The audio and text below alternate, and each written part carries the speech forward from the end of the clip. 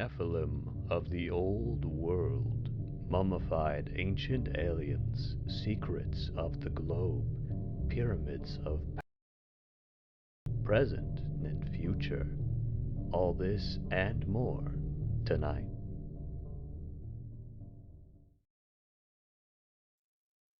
Oh my goodness.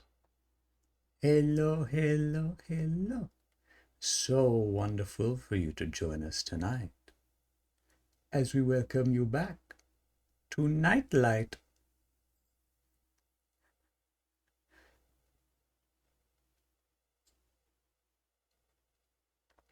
It seems right now we only have you, Metal Gear Dolmond. Very nice of you to join us. We do hope you'll enjoy yourself. Considering I have been in the process of advertising this episode of Nightlight specifically for the past 3 months, I do want to wait to see if we can't maybe pull in at least one more viewer to join us tonight. I hope that's all right with you. We put a lot of work into these episodes. It's disheartening when so few people end up showing up. In the meantime, you can enjoy our wonderful set right here on Nightlight. We have this wonderful painting behind us, no clue what it says.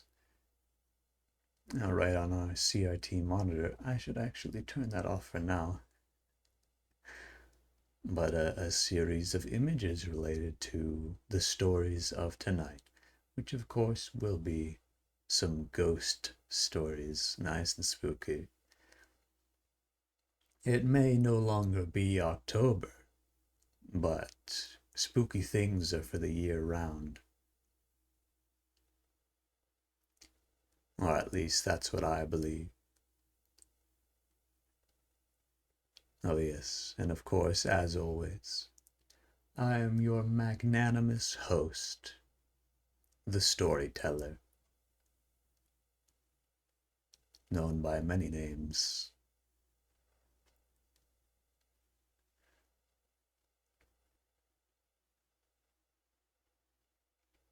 I went quite intensive doing the research for tonight's episode because I really, really only want to bring stories to Nightlight that are fitting, and I really had a tough time with that with the last episode on aliens.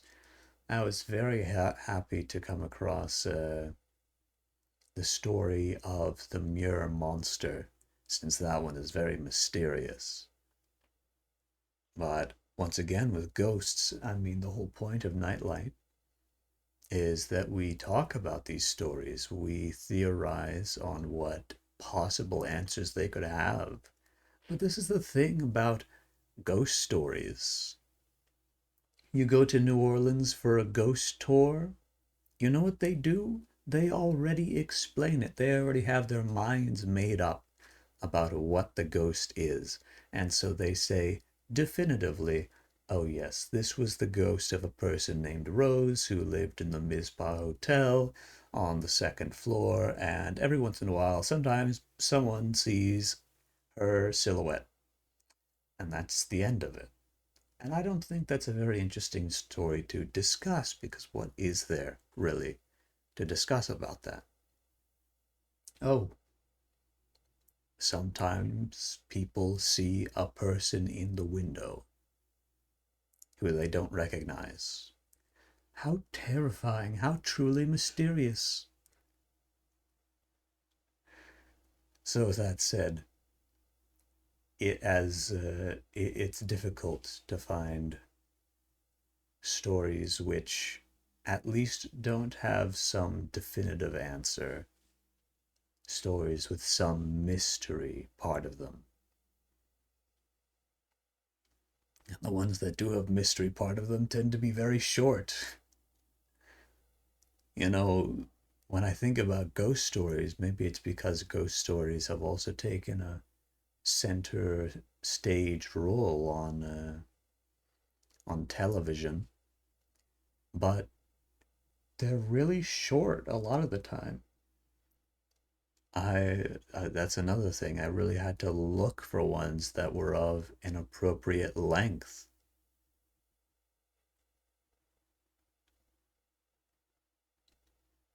Which is, wow, more difficult than I thought.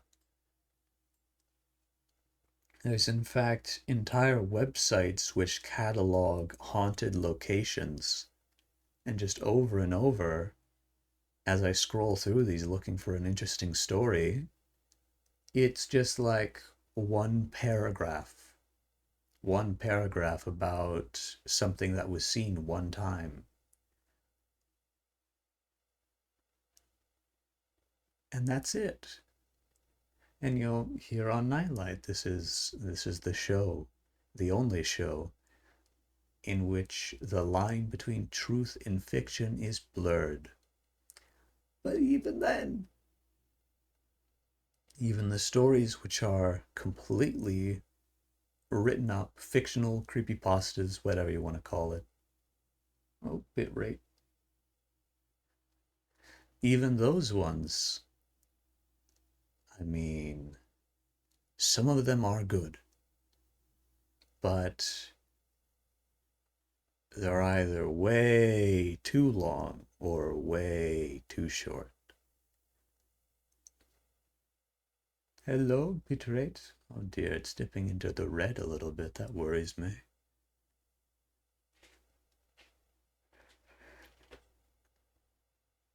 This stream is 3 months in the making.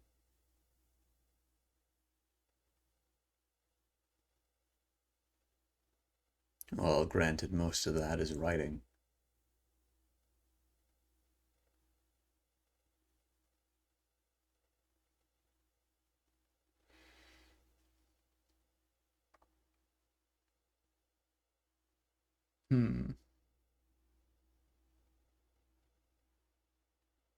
I'll give it 2 more minutes, and then we'll get started properly.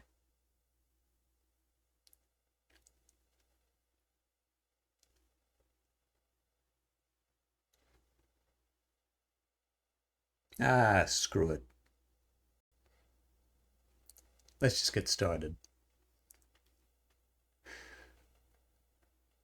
Well, welcome to Nightlight, the only show where the line between truth and fiction is completely erased. We are so glad that you could join us tonight.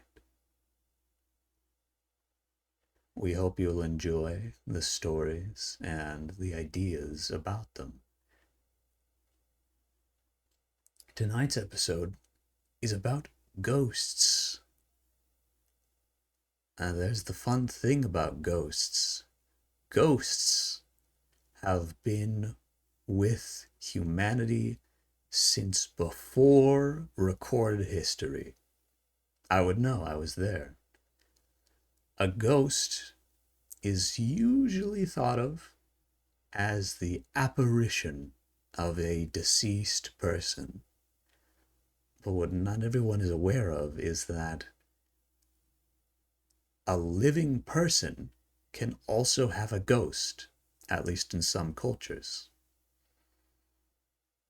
The ghost of someone who is still alive is where the word wraith comes from. If I remember right, wraiths are mostly popular in sort of Ireland, that general area. Some people are said to even see their own wraiths. In a way, I suppose you could say that what you see every time you look in the mirror is your own wraith, an apparition of yourself standing before you. But if a living person can also have a ghost, then what really are they? Grief-induced hallucinations? If you're a skeptic, then sure. But if you dare to believe in other worlds, a ghost can be much more. Perhaps a ghost can be thought of like a temporal echo, an echo through time, the likeness of a person reappearing across time in places they've been or are associated with. Maybe the most unique quality of ghosts is their lasting power compared to other supernatural creatures. Vampires, witches, werewolves, so many creatures of the dark have been made into myths of myths. You will find it very hard to find someone who will admit believing in any of them. Well, moderately hard at least. But ghosts have stayed with us, have stayed with people. They exist in every major culture and often behave very similarly, always deeply emotional and, fittingly, very spiritual beings. Many people seek ghosts as proof that these other worlds do exist, proof of the afterlife.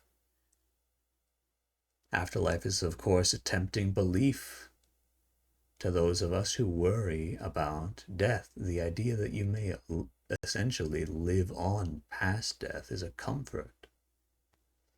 Perhaps this is why ghosts are so popular. The fear of death is all too common in the living. Many ghosts are vengeful in an act of vigilante justice from beyond the grave. And that, too, is a comfort. The thought that the more villainous among us will get what they deserve.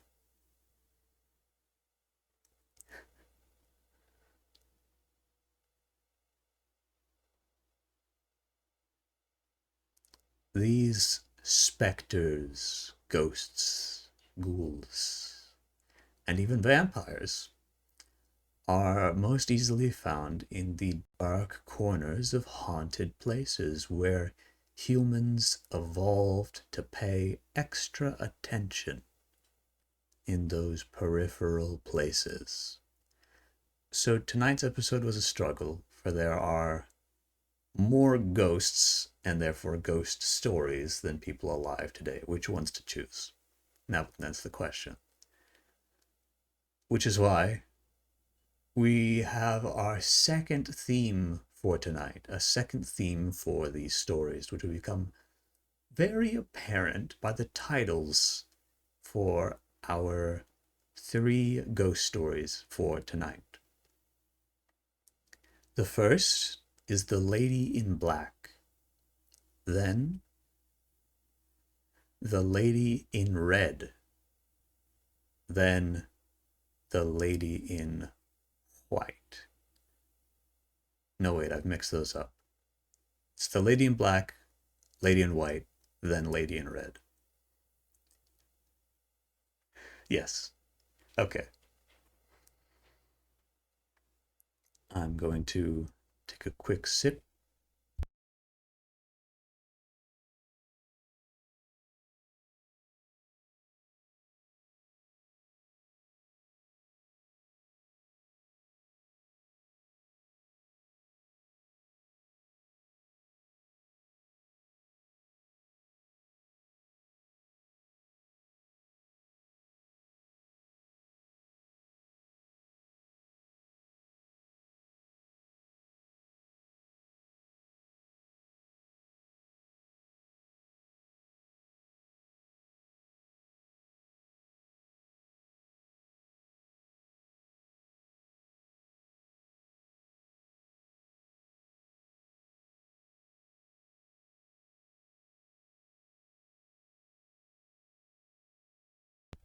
Wow. All right. Let's begin with our first story. Lady in Black. But first, a bit of a preamble about this particular kind of apparition.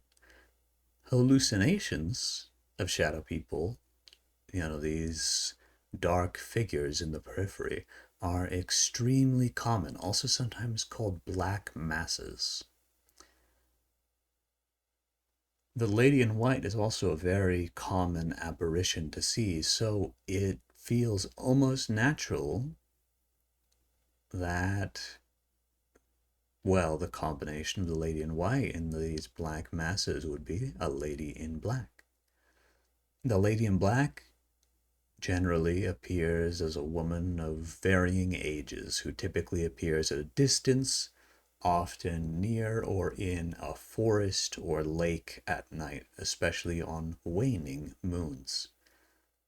The figure most often disappears when looked at directly or approached.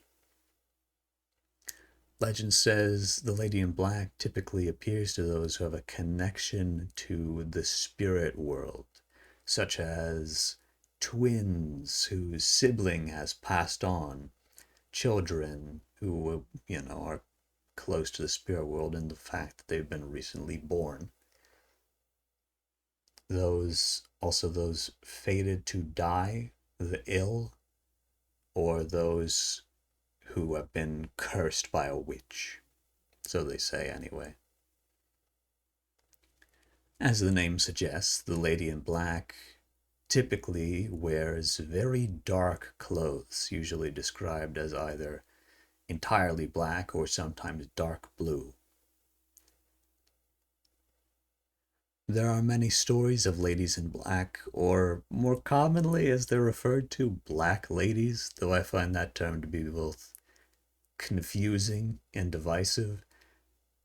Similarly, I will not be referring to any of the spirits tonight as ladies of the night, as that is also confusing and divisive.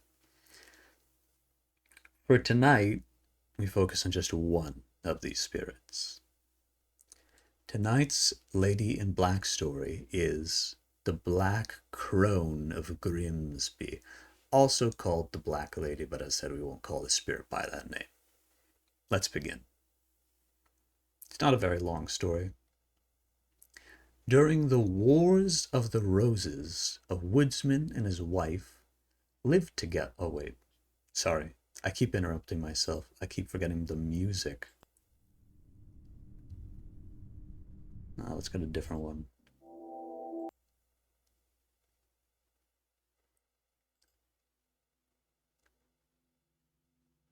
During the Wars of the Roses, a woodsman and his wife lived together with their young son in a cottage in the nearby woods. The Duke of York, ruling their lands, called for more soldiers, and the woodsman, called by the Duke, was sent to war. For many months, the wife and her son lived alone, waiting for the woodsman to return from the war. The woodsman never returned, but the young son grew up, and the war still raged on as the wife began to grow old. Same as before, the Duke of York, ruling their lands, called for more soldiers. And the wife's last family member, her son, was also sent to war. She was worried sick. She was terrified for him. She did all she could before he left to prepare him so he would return to her. Now, in these times, I think it would not be a good idea for them to even flee this draft, which is essentially what it was. Because they would end up most likely fleeing into lands controlled by the same duke calling for soldiers, and they would just become another enemy in the war.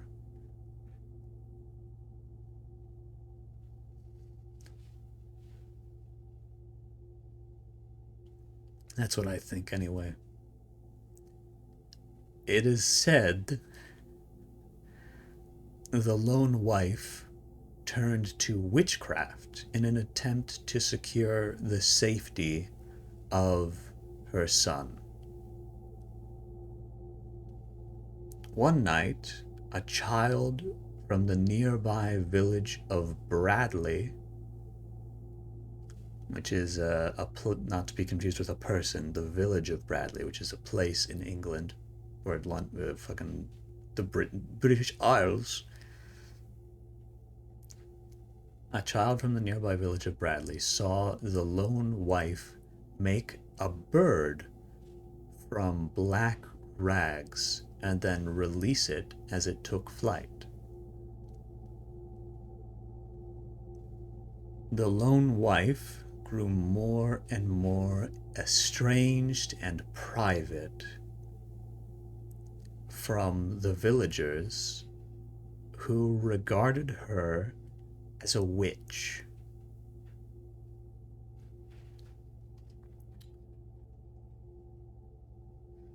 A few months later, a group of children got near to the lone wife's cottage,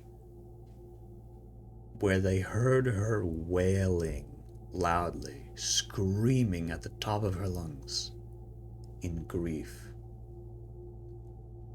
Concerned villagers broke into the lone wife's cottage, where they found her lying dead on the ground, wearing all black funerary clothes. After the war ended, a messenger arrived in the village and asked where the lone wife lived. The messenger said he had come to inform the lone wife of her son's passing. The villagers crowded around and said that she had died in her home, and asked when her son had died. The messenger told the villagers that the wife's son had died on the same day that she was found dead in her home. Ever since, it is said that the lone wife was cursed by her witchcraft to forever wander the forest for the rest of time, always trying to find her husband and son. In more recent times, the spectral visage of a woman in a black cloak and black hood has been spotted in the forest near the village of Bradley in England. The spirit is not considered vengeful, since it is said to have never harmed anyone, only looked at them with a pale face, full of sorrow.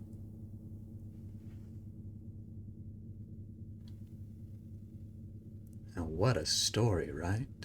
I like the sort of fairy tale-esque qualities that the story has.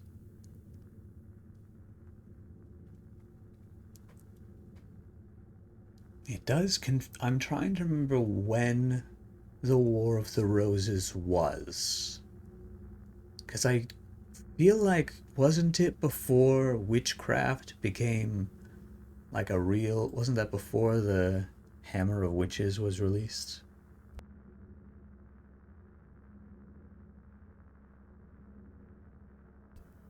Let's look it up.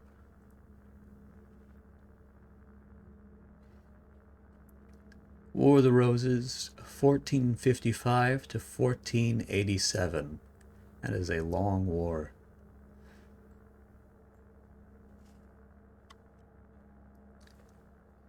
And then witch trials.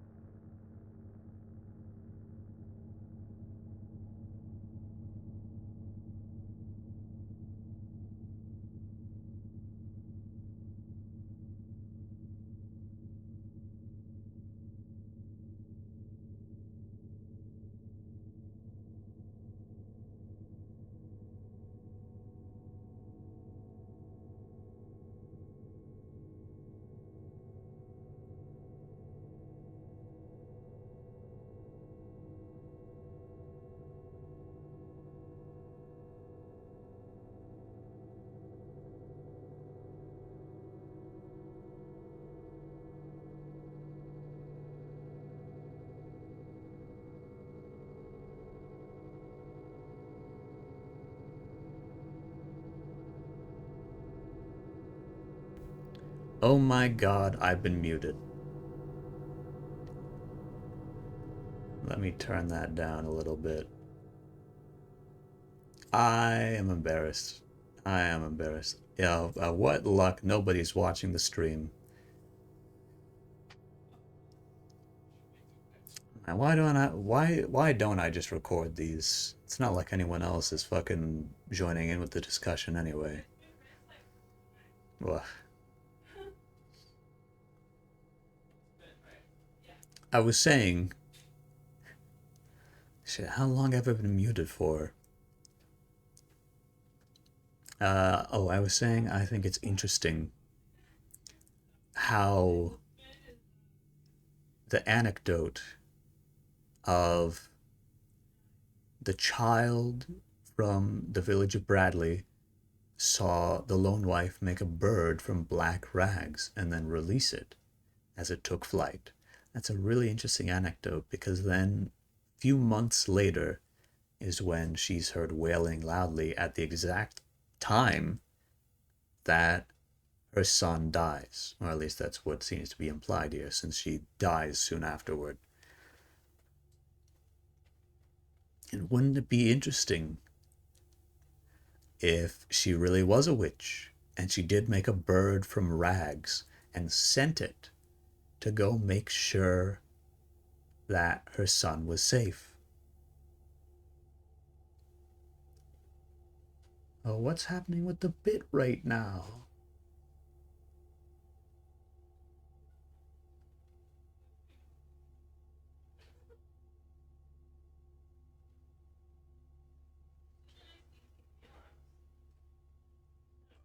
Anyway.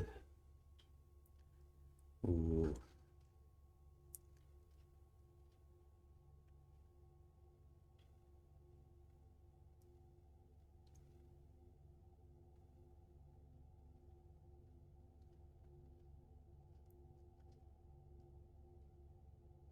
Now, it's not unreasonable to also assume that the Black Crone of Grimsby was falsely accused of being a witch. It makes sense after her son leaves her war, after her husband, the woodsman, fails to return from that same war, that she would worry a lot, become withdrawn and very private, and maybe start doing strange things, maybe doing, real witchcraft, but it not actually achieving anything. Just doing things she overheard once, good luck charms, constantly trying to do her best to keep her son safe.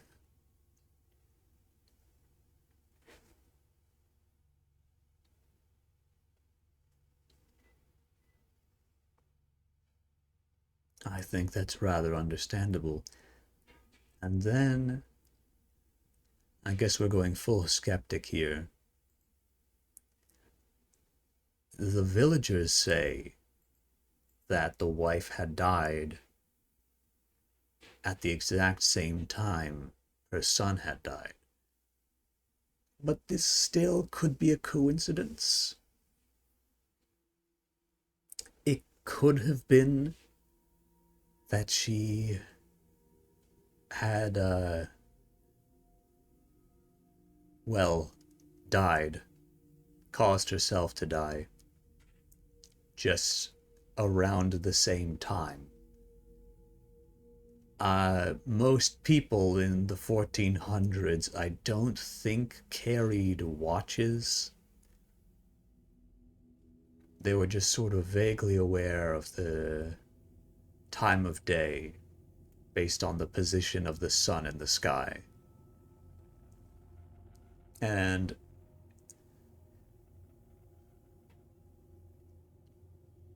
after this woman had been dead for years, and then a messenger comes into the village, and this woman maybe was already being suspected of being a witch, and she had died within the same season as her son.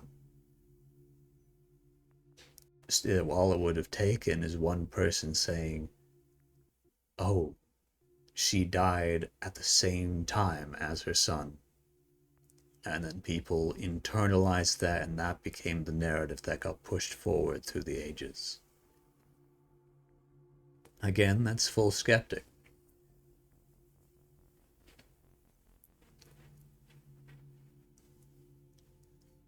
Now, if we treat this all as evidence, the bird the lone wife released, could that have been some sort of good luck charm for her son?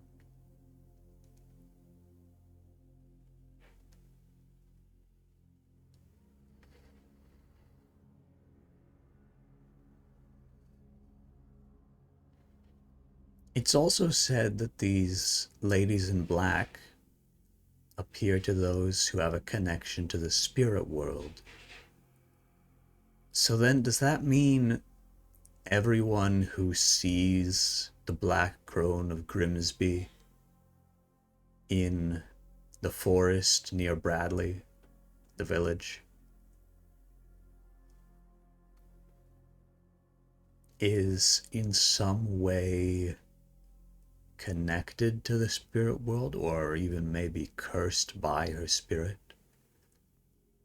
Maybe not a death curse exactly, but something which connects them to the spiritual world and allows them to see her.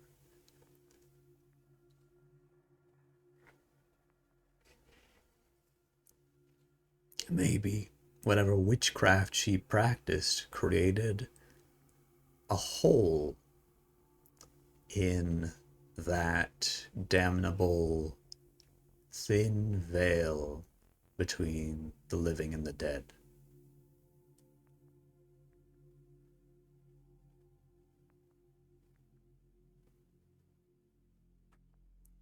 Oh, bitrate, I swear.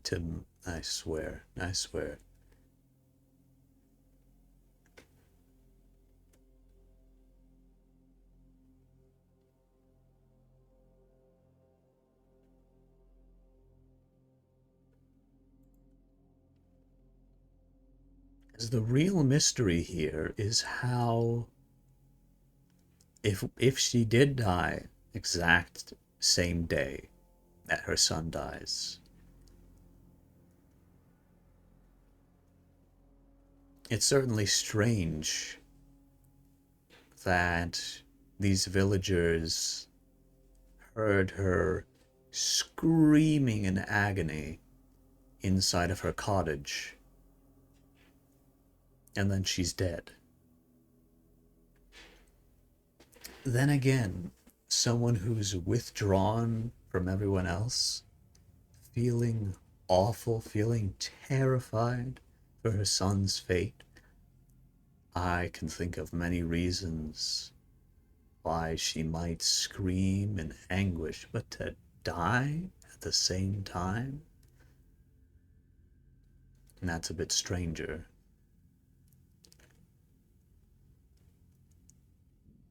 And to be wearing black funerary clothes as well.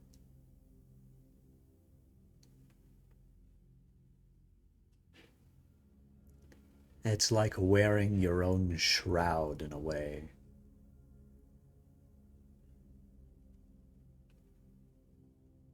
Or, people hadn't seen her much. Was she always wearing those clothes? If so, who to grieve for? Is she grieving for the woodsman, her husband? Or is she just so convinced that her son is going to die in the same war that she's wearing the black clothes to grieve for her son.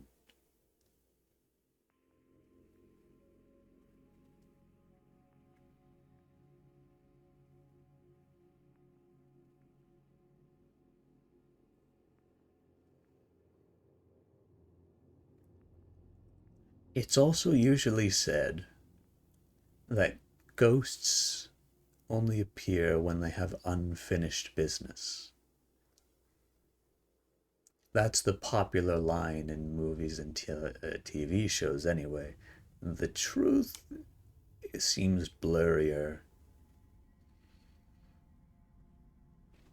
Someone who had a violent or passionate death can become a ghost. I'm personally of the opinion that every person becomes a ghost in some way. Well,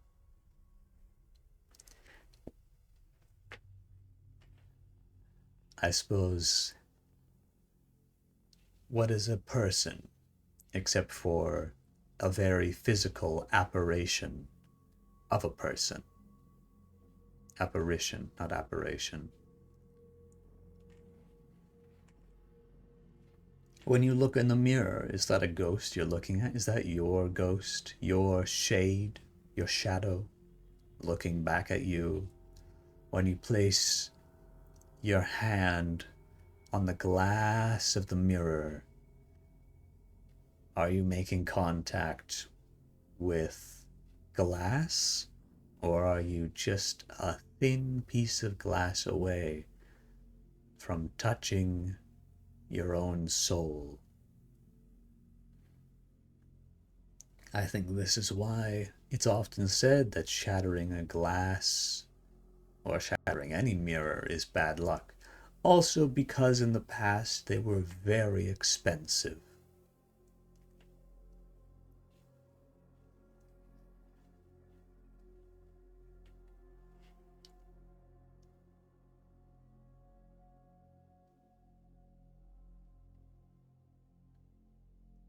I'm going to drink a little more.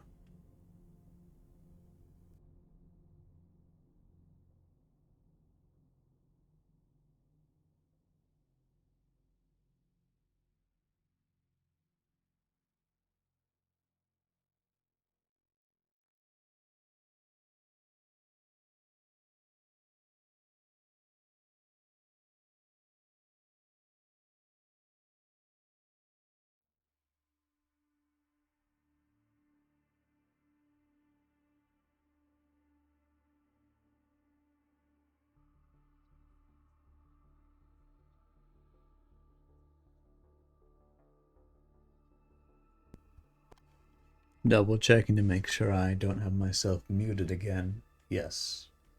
Good. Good. I would prefer not to be.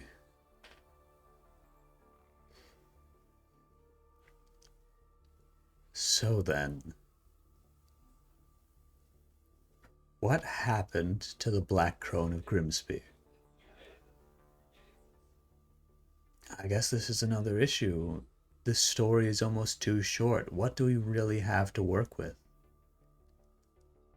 She made a strange bird. She screamed. She died. And she was said to have died the same day her son died.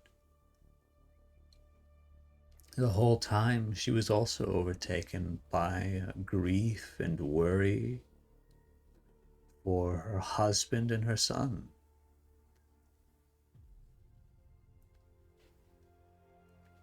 And she was found dead, already wearing funerary clothes. And now, all these years later, still, it's said that she can be seen in the woods, wearing a black cloak, black hood, in the forest near the village of Bradley in England. Which I should specify is also nearby to Grimsby, which is a place where there is a nun what do you call the place where nuns live? It's not a monastery, is it? There's a nunnery over there. I don't remember the word for it, but some people do think that the ghost seen in the forest near Bradley is actually that of a nun and is different from this lady who died during the War of the Roses.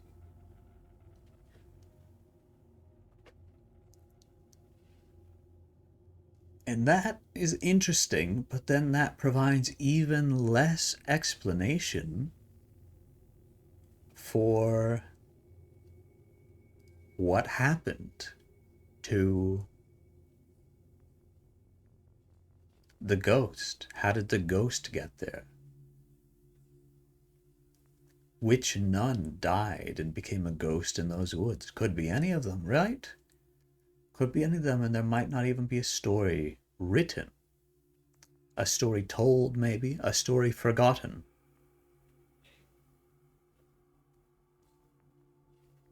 Perhaps. Perhaps. I don't know. I find this particular story interesting. It tickles my brain just a little bit. I only wish there was more. And I did do some research on this. I looked into this, but these stories, they aren't so full-bodied. Not always, anyway. We have one coming up that I'm very excited to talk about. Or one... I'm excited to talk about all these stories, but the last one especially.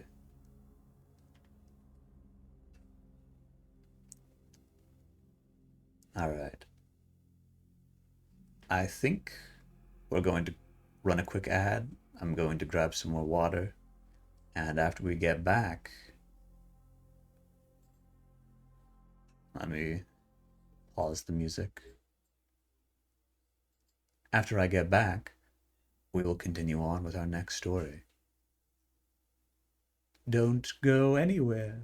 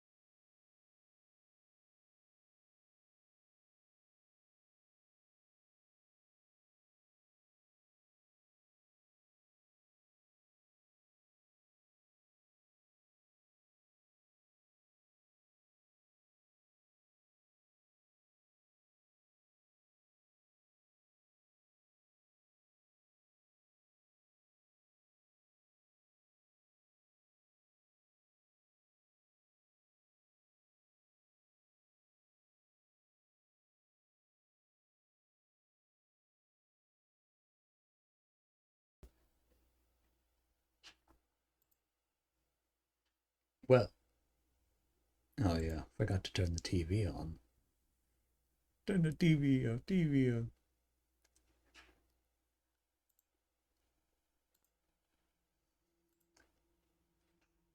Goodness, goodness, goodness, goodness. Dios mío.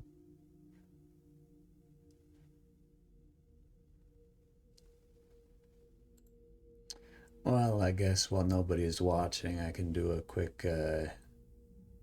Hail, ruler of Tartaros, who art light of night. Hail, thrice-bound goddess. Unchain the gate between worlds and deliver 3 dead to the living, to tell 3 tales of the dead through Ix. O Night Queen, by moonlight fulfill this task. Let the living hear the dead and offer their praise for your action, or face your wrath. Mote it be, mote it be, mote it be. O Lady of Crossroads, open the way, let the dead speak. Wah, yes. Then we can move on to our second story.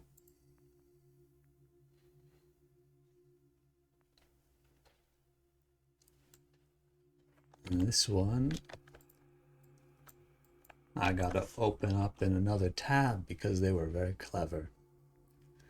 They, for some reason, made it impossible to copy text on their article, which I can't get angry at, I guess.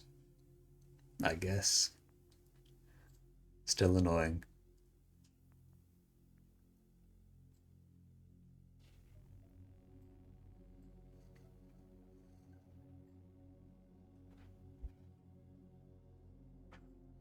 Let me put this over here. There we go. Then let's get started with our second story. The White Lady, or Lady in White.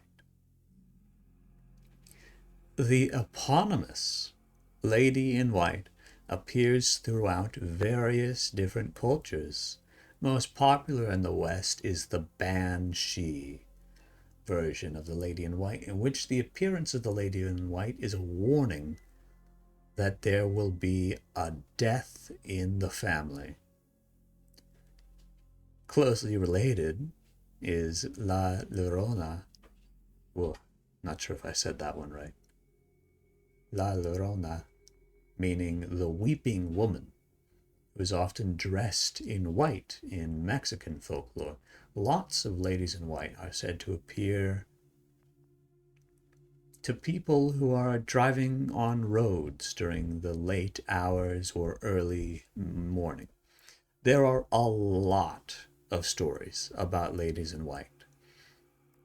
Sometimes they're said to be brides who died on their wedding night, or young women who died tragically, generally. Even in our slides here, we have an illustration of a Japanese yurei. There it is. Let's get a zoom in on that. That is a lady wearing white. And that's some spooky looking smoke. Do you see the eye in there? I thought it would be fun to include some genuine spirit photography in the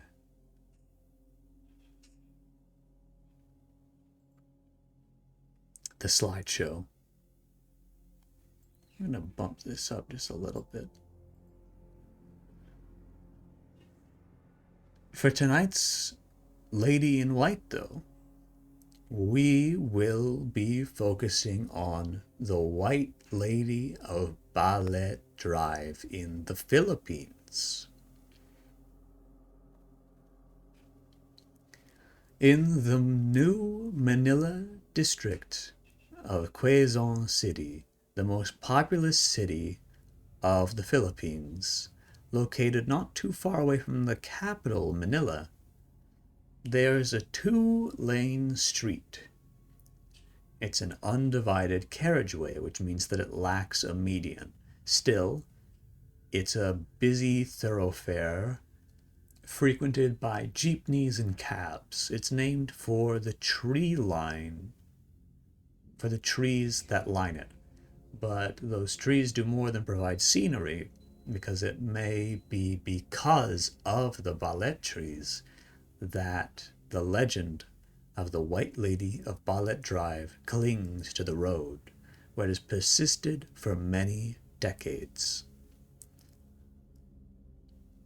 Ballet Drive isn't long. It's only about 1.3 kilometers, or about 8/10 of a mile. It connects Eulogio Rodriguez Sr. Avenue and Nicanor Domingo Street. And although the exact date of the construction is unknown, it's thought to have been in use since the late 19th century. By the 1970s, it had been paved and came into use as a main thoroughfare. But some decades prior, the stories had begun. Stories of a woman who, it was said, had met a terrible fate on the road. According to some versions of the tale, she had died in a hit and run, the driver of which had never been caught. In others, she was abducted by a taxi driver who then killed her and disposed of her remains. In each version, though, a monstrously large ballet tree that once stood in the middle of the street features prominently. She either died near it or was buried near it. This particular tree no longer exists, but smaller ballet trees still remain, standing guard by the side of the road. A type of ficus, they are fixtures in Filipino folklore.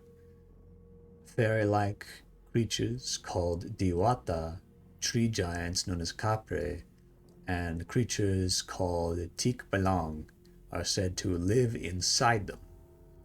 Some believe them to be entrances to mythical kingdoms, and perhaps most notably for our purposes, they're thought to house ghosts and spirits. Having one in your home isn't recommended on the grounds that it invites in spirits who might do you harm. It may be the trees themselves that keep the White Lady bound to Ballet Drive. That's an interesting anecdote, isn't it? Could it be other trees have the same property? Could it be the black crone of Grimsby we were just talking about? Perhaps what keeps her soul bound there is the forest itself, refusing to let her find her way out. In 2013, journalist Neil H. Cruz detailed in the Philippine Daily Inquirer his first assignment upon joining the Manila Chronicle in the 1950s, an investigation into the White Lady. The press was then agog over the White Lady of Ballet Drive, because the latest victim was a captain of the Quezon City Police Department. Cruz wrote, "This was no ordinary citizen concocting or imagining a ghost to attract attention. This was no less than a responsible police officer, a captain." In an interview with Cruz, the captain told his story. One night, while he was driving down Ballet Drive in his patrol car, he saw a woman dressed in white hitchhiking at the side of the road. She was alone. The road was dark, and the captain knew it wasn't exactly a safe place to be at that time of night. He stopped and asked her where she was headed. She asked him if he could drop her off at the corner of Ballet Drive and España Extension. She climbed into the back seat, he locked the doors for safety, and they continued along their way. But when they had reached España Extension, the captain turned around and found that she had vanished. The doors of the car were still locked.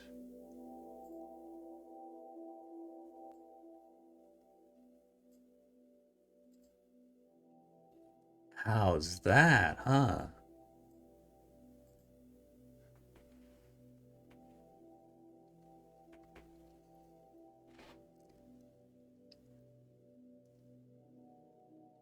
Other accounts contain similar elements. I can also testify that similar elements are present in a lot of stories about ladies in white, especially any story in which they get into a car, these so-called phantom hitchhikers.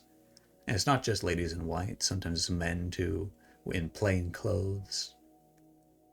The appearances vary quite a bit. But these people, they experienced it.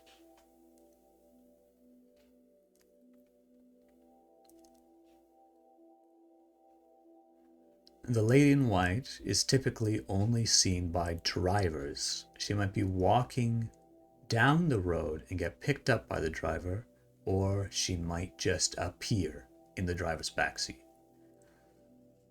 She is beautiful. This was from a time when car doors didn't lock automatically when in motion, too. Well, there we go. Hello, Drake. Thank you so much for joining us. That is interesting. So he couldn't have... Well, I guess then it does offer the possibility that he may have just forgotten. What's so interesting to the writer of this particular article I'm reading from about this particular legend is the fact that it appears to be an amalgamation of several different urban legends. Ones that can be found all over the world in various forms. On one hand, we have the lady in white legend. White ladies, I'm going to call them ladies in white, are usually said to be the ghosts of women who have suffered some sort of tragedy, often at the hands of a treacherous lover or other villainous man. The White Lady of Rochester, New York, is one of the most well known. She haunts Durand Eastman Park, where she continually searches for her daughter, who went out for a walk one night and never returned. Whether the girl ran off with a man, whether she was killed, her mother couldn't cope, and she died of a broken heart.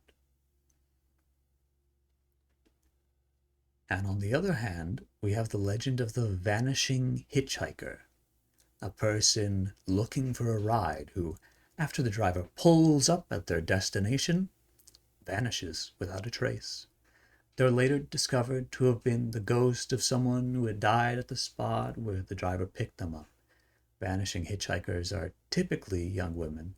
As a recent version of the tale underlines, they could be victims of any sort of tragedy. For example, those who perished during the Fukushima nuclear disaster of 2011? That's wild.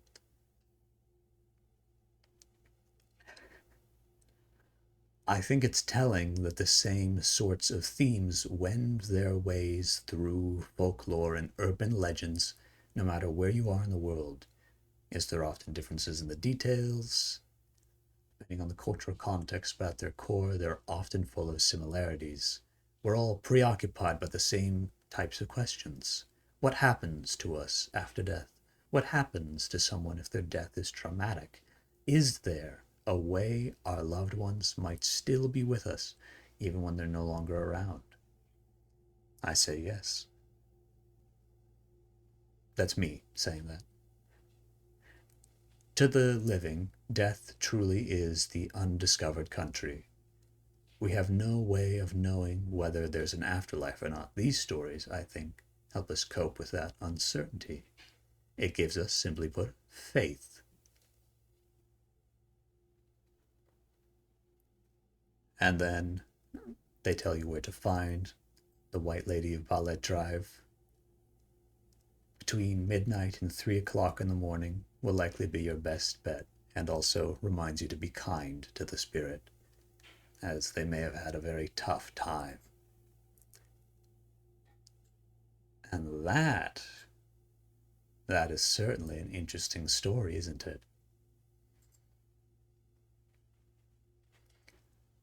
Of course, they highlight the most interesting testimony, that of a police chief who experiences this phantom hitchhiker of the Lady in White. I've heard a lot of different accounts of this particular white lady of Ballet Drive. I'm going to drink something real quick.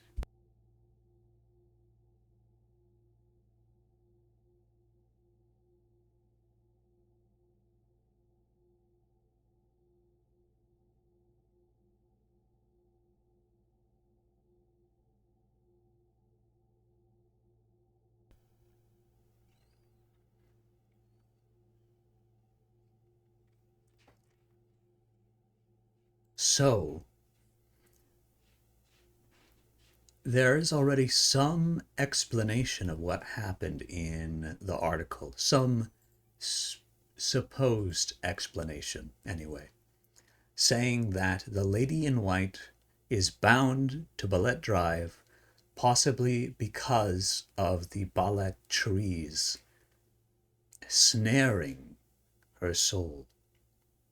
Or perhaps it is the spirits that the trees invite to live within them.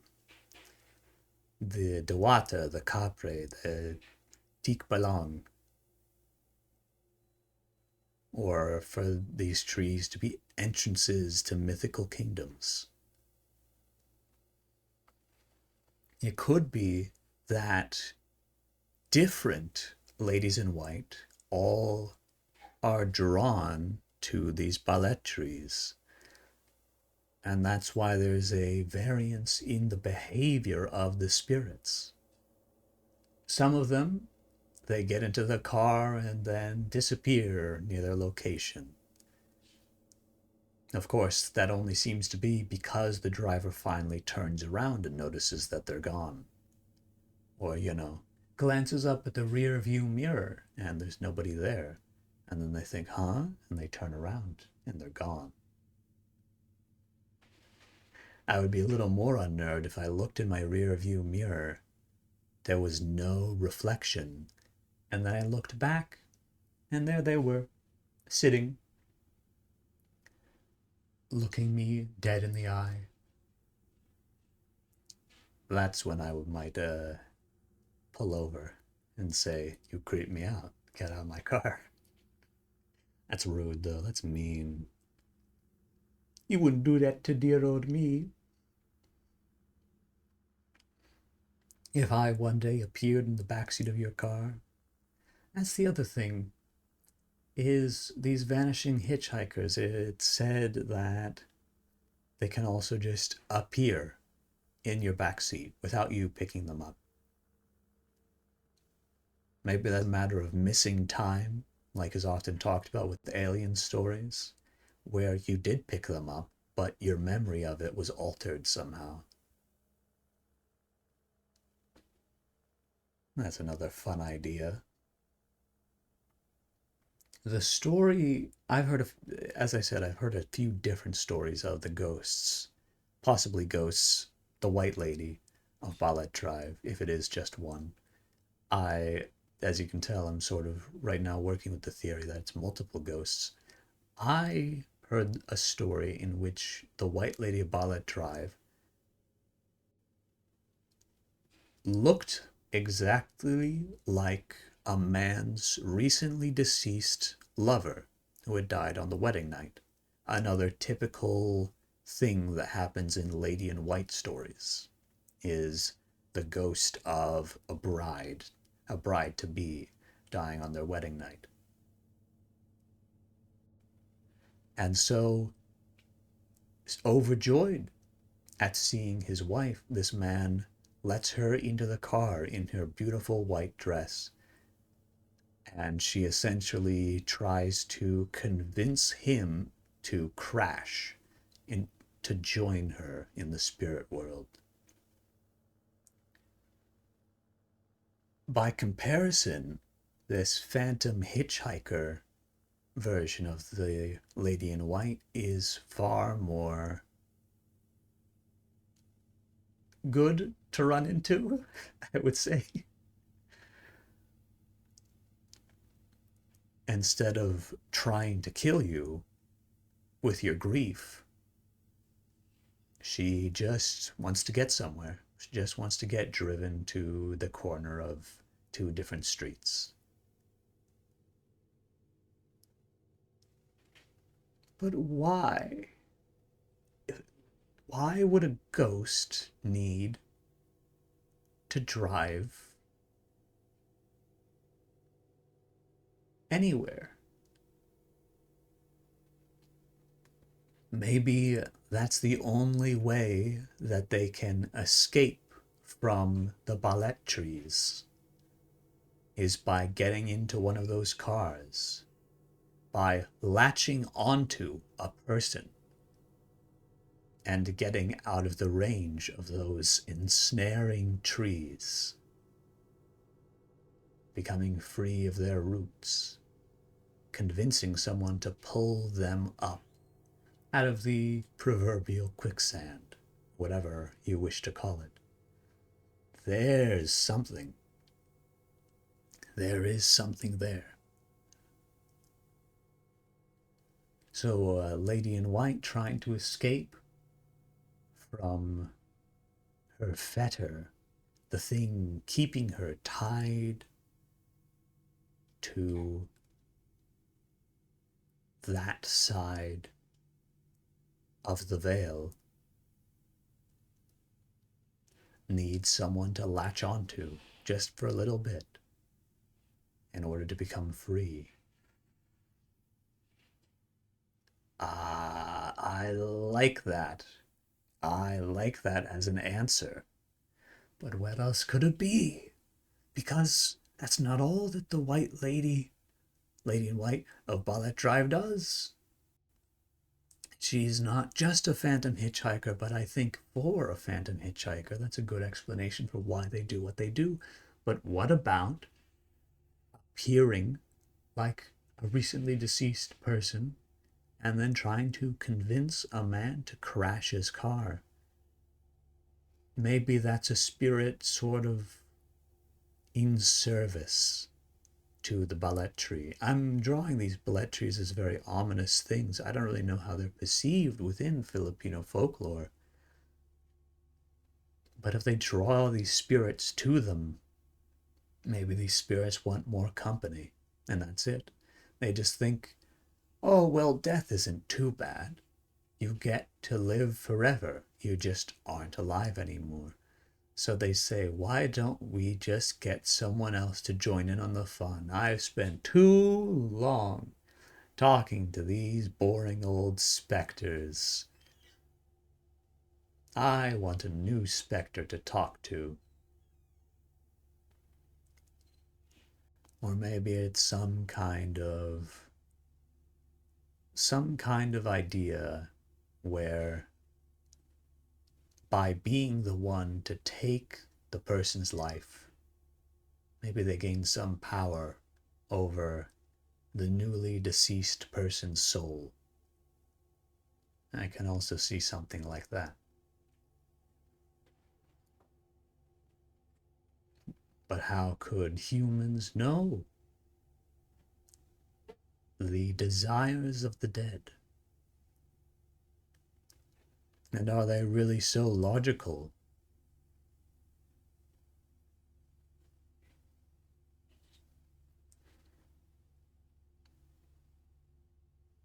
I don't know.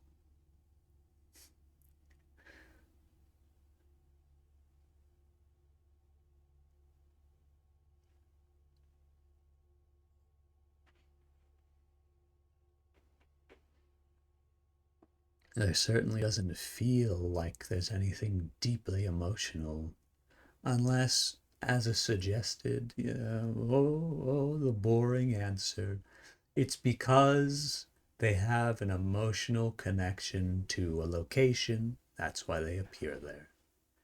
Instead of this tale we've been weaving of these nefarious balletries which ensnare ghosts within them, forcing them to grab onto a passing car, passing person, to enter that car in order to get away, to make their escape.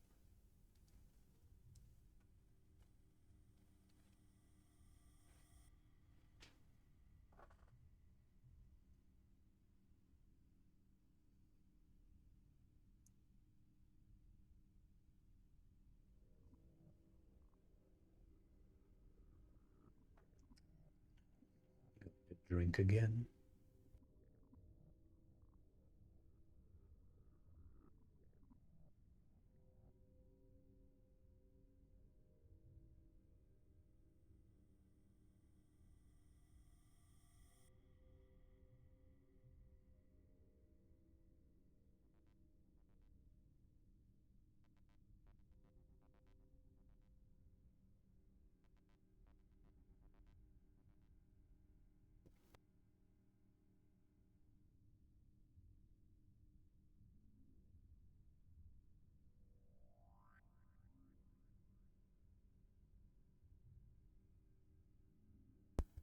Oh, I was muted. Wow, my tracking going all over the place. The story of the White Lady of Ballet Drive is another one that interests me.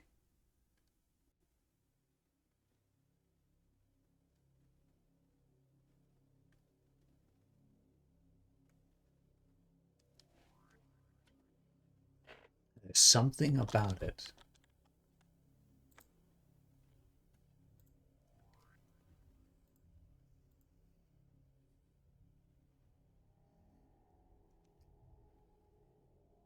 It's also, I would say, of all the stories of ladies in white, the story of the White Lady of Ballet Drive is the most fleshed out. Maybe that's an inappropriate term to use when referring to a ghost. But there are many stories, many encounters with the Lady in White of Ballet Drive.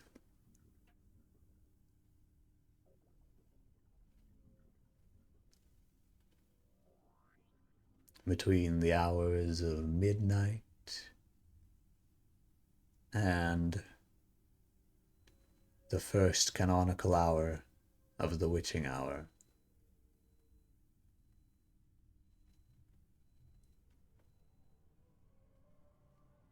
Yes, and that story from Police Chief was the 1950s, and there have been stories continually of the Lady in White at Ballet Drive. Ballet? I'm going to say ballet. Balete.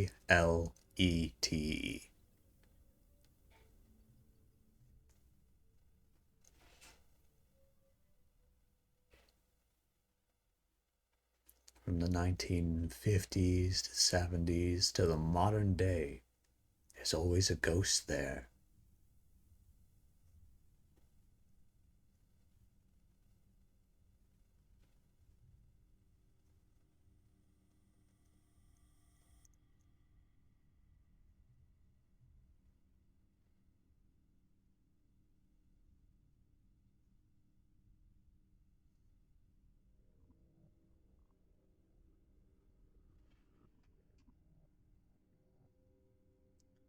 It is also interesting.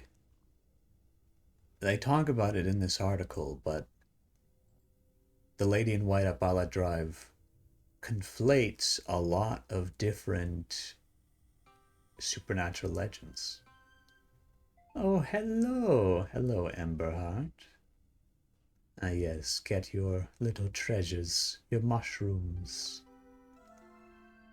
Oh yeah, and the golden halos with the new year, golden halos have reset in their price. I was worried, in fact, that this whole time I was telling a story, I might have to pause redeems because people would be redeeming too many golden halos now that they're cheap.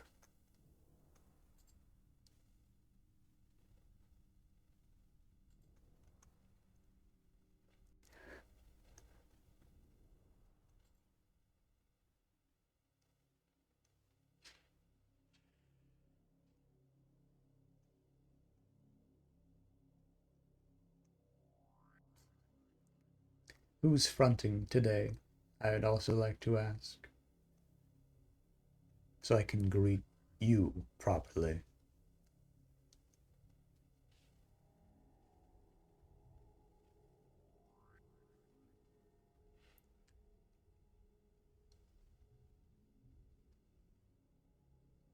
Let's zoom into that TV. Get a look at those spirit photographies. Photographies? Photos. Photographs. That's the word. You know, they say some spirit photography, they say that just by looking at the photo, you'll become haunted by a ghost.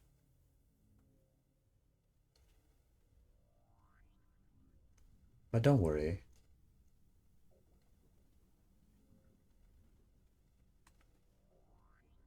You don't have to worry about being haunted by a ghost. Not anymore. Ho ho ho ho ho. Yes.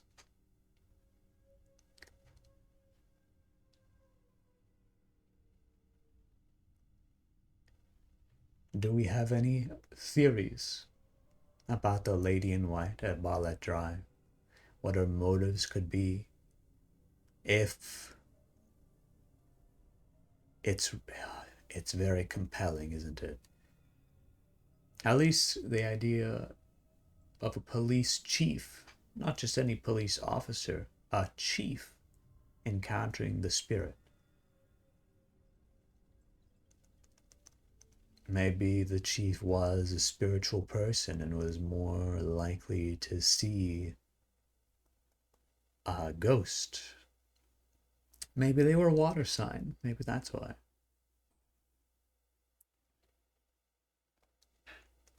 Maybe that's the reason.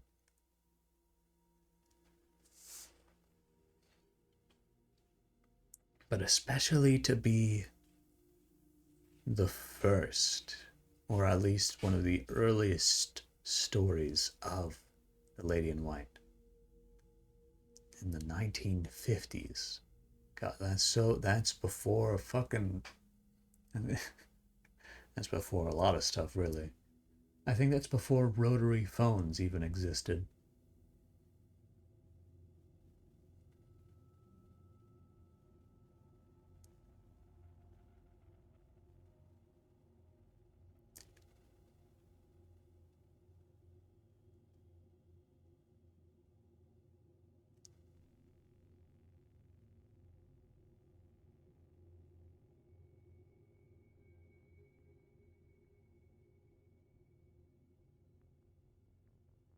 I feel bad for you, Emberheart.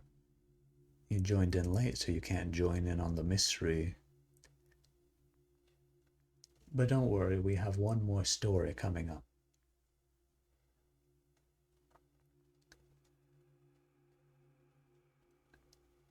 And I might not need to go to ad. Normally, after each story, I go to ad. Uh, I think, yeah, I think it'll be okay. Actually, we can move right on if we're done with the White Lady, a Ballad Drive. Very good article.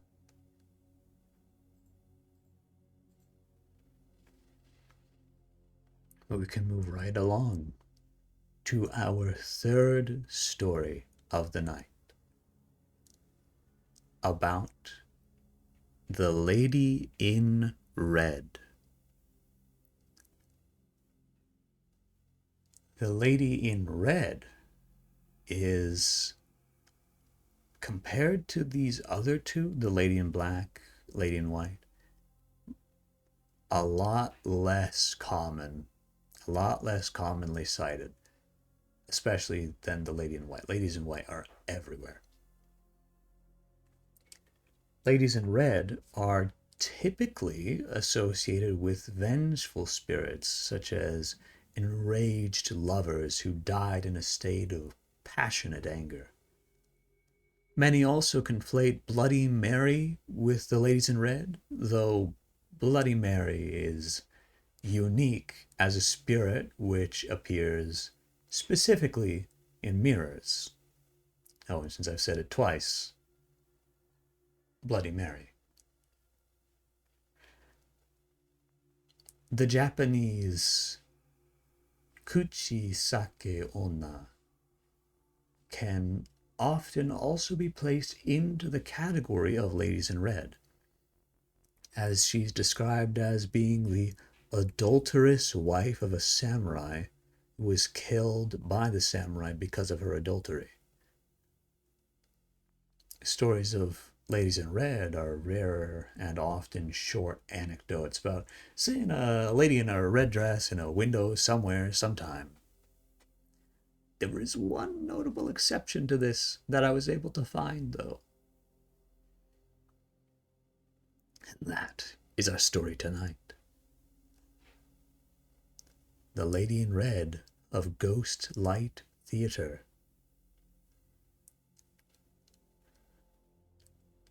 At the appropriately named Ghost Light Theatre, not to be confused with our very own Nightlight studio here, which itself is a kind of theatre.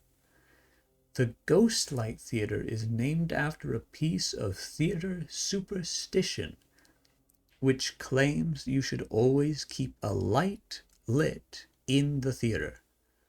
Some say the light is to ward away ghosts, but the other explanation, and the one that I like a lot more,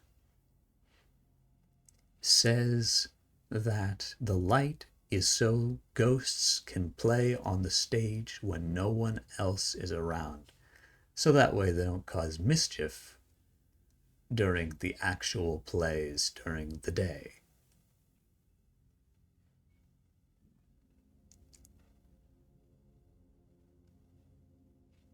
After a 2006 performance of Hamlet, an actress who was playing one of the Weird Sisters, which, fun fact, is where the word weird comes from, is from the Weird Sisters of Hamlet, was talking to a stagehand late at night when the stagehand suddenly saw her turn pale and point at the second floor seating behind the stagehand.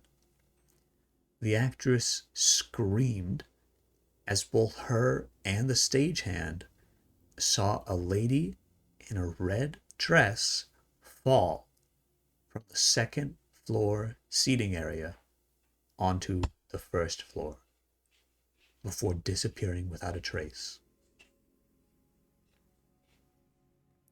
The actress thought that the lady was another of the actresses playing the Weird Sisters, because the other actress wore a red dress for her performance. Meanwhile, one of the Weird Sisters would be wearing, I think, a white dress and then either a black or dark blue dress.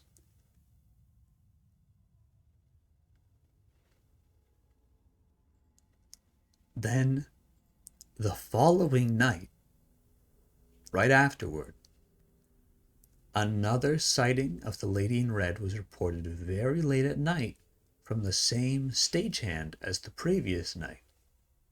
The stagehand reported that he saw a lady in a red dress standing on the stage in his periphery, while all the lights except the ghost light were off.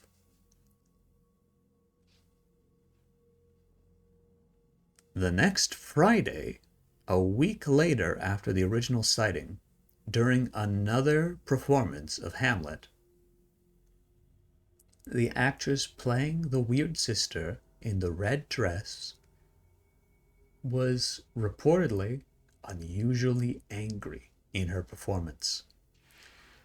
After the performance ended, she seemed to vanish until the next day when her body was found in the theater, having fallen from the second floor to the first floor at the exact spot that the original lady in red was seen falling.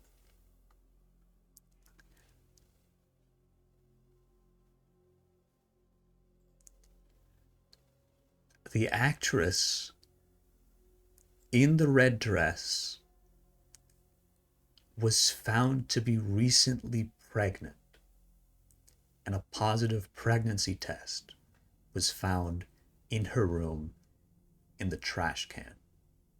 Naturally, the identity of the father has not been released for the father's own safety.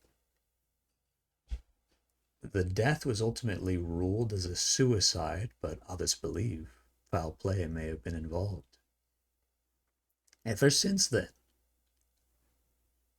it is said by the Ghostlight Theater themselves that the ghost of a woman in a red dress can still be seen on stage during late hours, illuminated only by the ghost light. And wow, right? Wow. What a story, huh?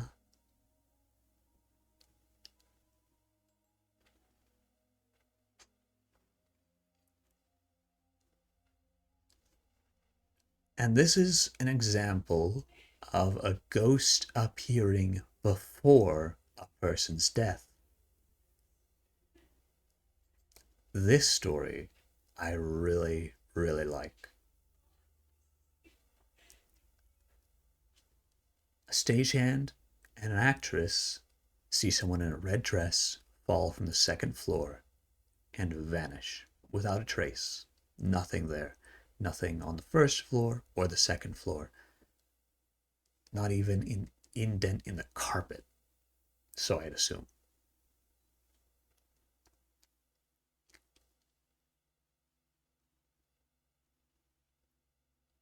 And they're unnerved by this, of course. They go and make sure that the person that they thought had just died is okay.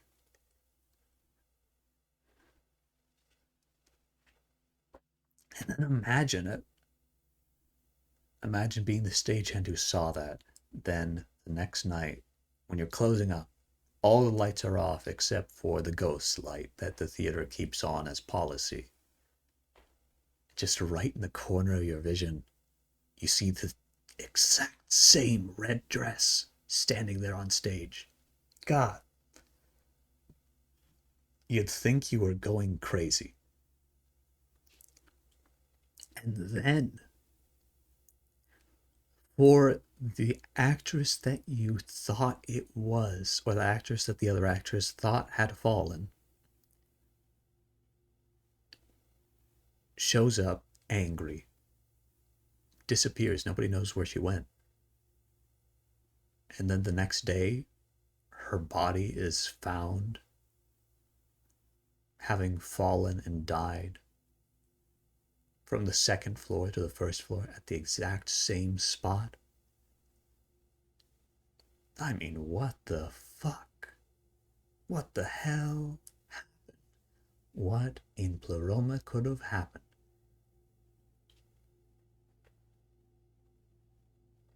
What in eternity could have happened? Right?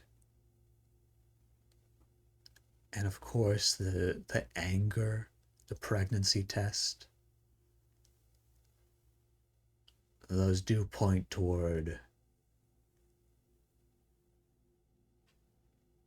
an emotional death. But she wasn't cited as being unusually angry even just the week before. So between that time, she must have found out. Maybe even the same day. They haven't disclosed. I don't know if they can even figure that out, but that wasn't talked about in the article.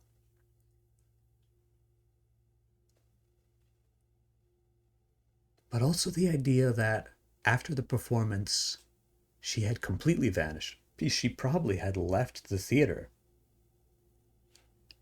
But then to have left the theater, not gone home, but instead come back late at night and fall at that exact same spot?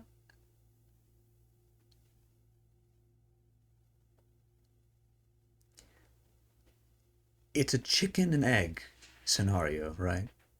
Did the ghost cause her to die that way?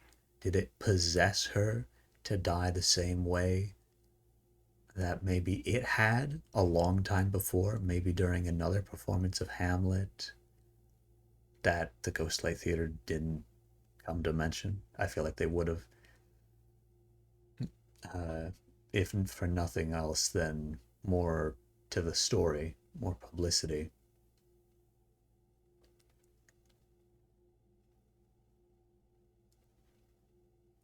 Is the ghost. Did the ghost appear on stage because of the ghost light? Or is the ghost light just the only reason that the stagehand was able to see this lady in red?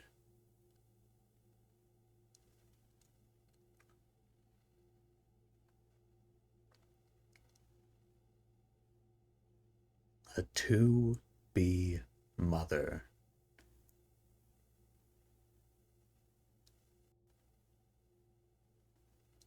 Maybe the father was someone of importance and had arranged for her death to follow the same pattern as that strange incident, as a way to cause mystery around it. But that also just sort of feels like a terrible idea. Personally, if I was going to kill someone because I needed to hide the fact that they knew something that would ruin me, I wouldn't make them die in a way that would draw a ton of attention to their death. I wouldn't make them follow a prophecy and have people go crazy about it. Just go dig a hole, throw them in. They disappear, some hubbub goes up about it. That's it. Then again, some people are idiots.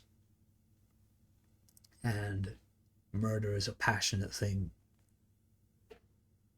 They may not have had the clarity of mind to really think like that, to think clearly about it all.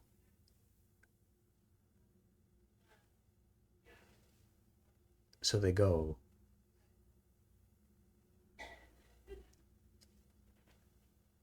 They go. They go.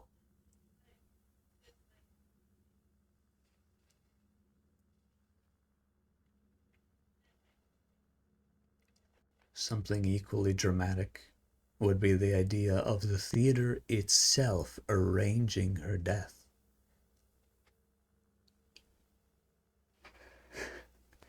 That would certainly be dramatic. I can hardly imagine anyone actually doing that.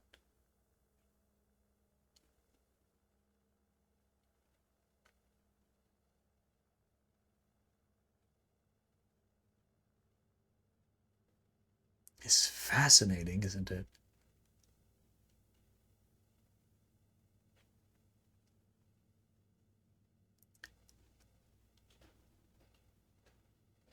Her ghosts witnessed before her death, and then after her death as well.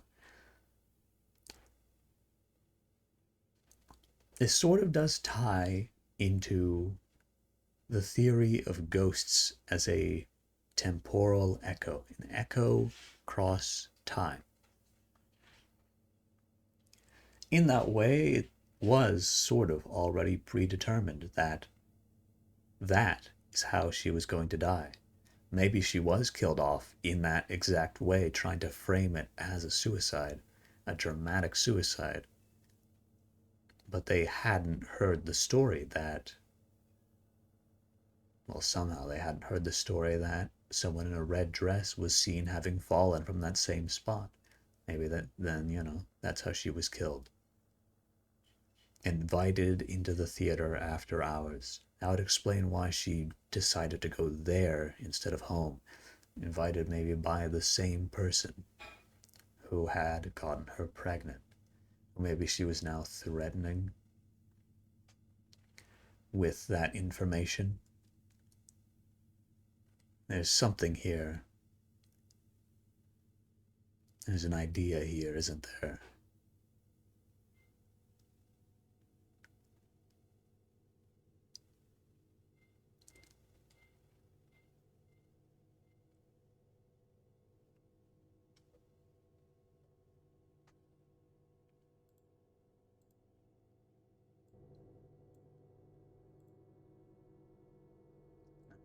Turn up the music a little bit.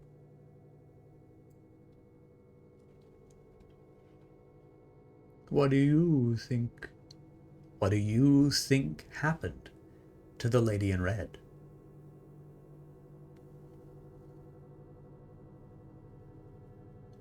How did she go? Why did this happen?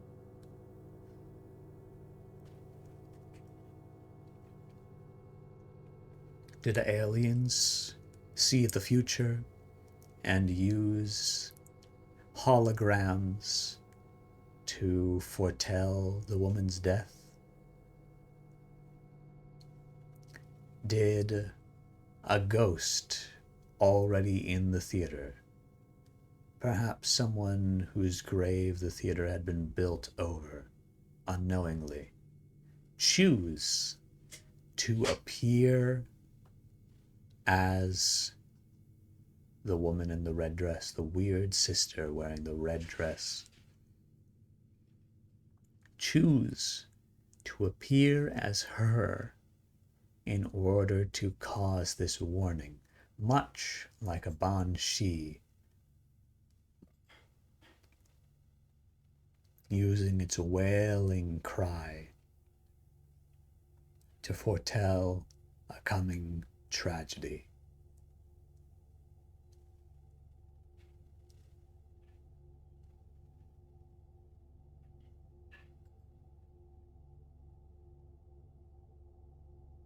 What could it be? Which spirit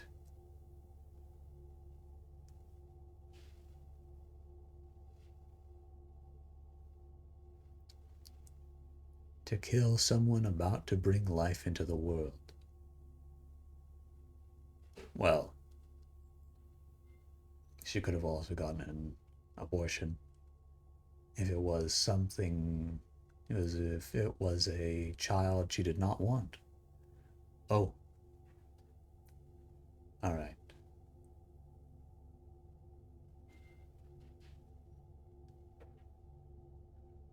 Ooh.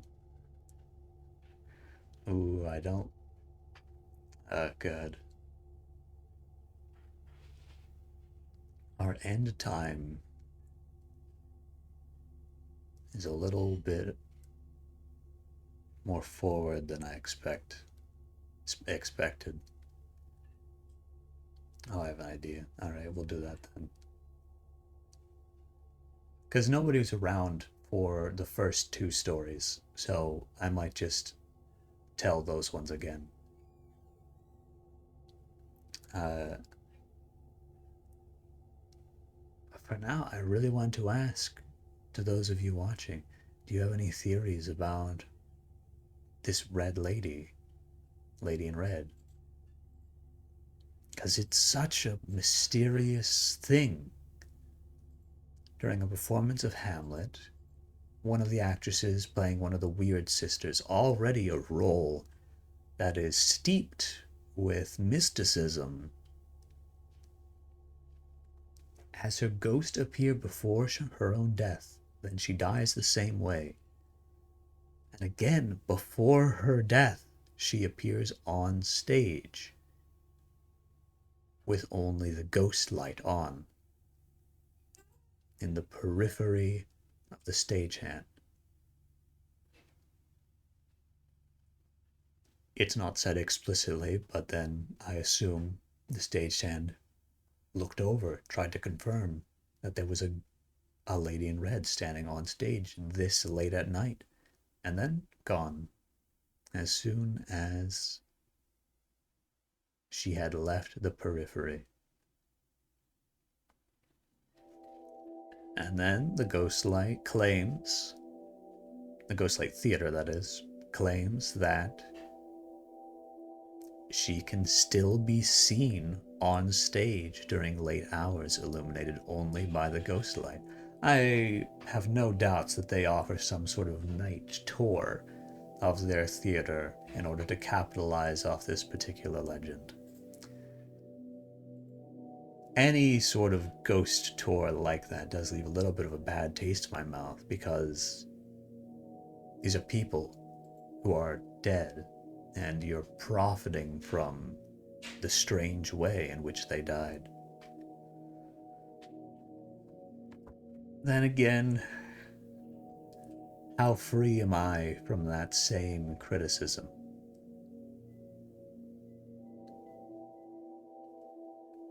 I do hope that I'm at least more respectful.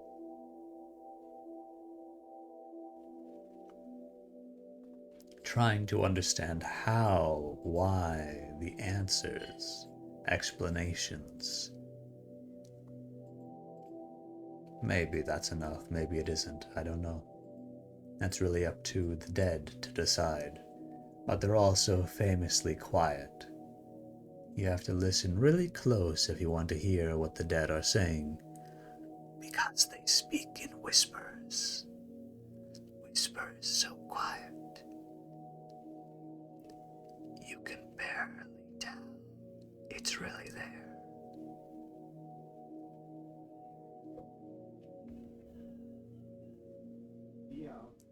Alright. I'm going to send us to ads for about 2 minutes. I will be back. Don't go anywhere. We'll go over the other stories in case you missed them, particularly the first one.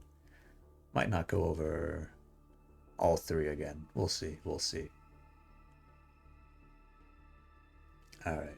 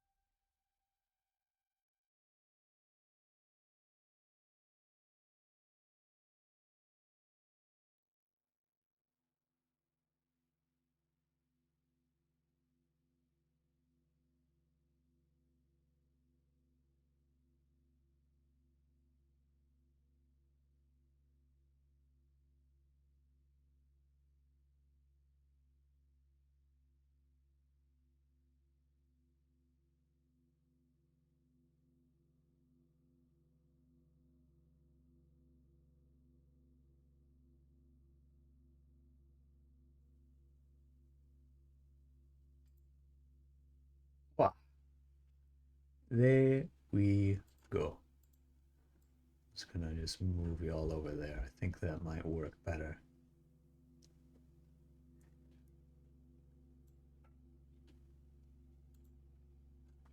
And then again, I don't see any of you talking about these stories. But okay. Since nobody was here. Oh. Oh, I see. I'm really split. Because Nightlight is always supposed to be 3 stories. I just like it better that way. I think it works more effectively that way. So if I go and reread the first 2 stories for all of you, then am I breaking that? I'm still only telling 3 stories, but I'm just telling some of them multiple times. Ooh, only if I tell all 3. You know what? I'm gonna do a mix. That's what we're gonna do. I'm going to go and summarize each of these, more or less.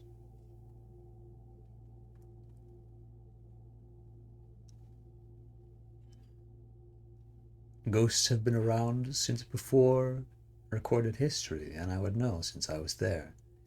And stories about ladies in white, ladies in black, ladies in red, these are all very common. There are perhaps more ghost stories than people alive. For our first story, we talked about the lady in black. A woodsman's wife who lived together with their young son. The woodsman, since this was during the Wars of the Roses, the woodsman was called by the Duke of York to become a soldier and was sent to war, left for war, and never returned. During the time of the War of the Roses, which went on so long, her son grew up, and the Duke called again for new soldiers. And the son left as the wife began to grow old. And then it is said she became a witch. She turned to witchcraft in order to secure the safety of her son. A child is said to have witnessed her make a bird from black rags and then release it as it took flight.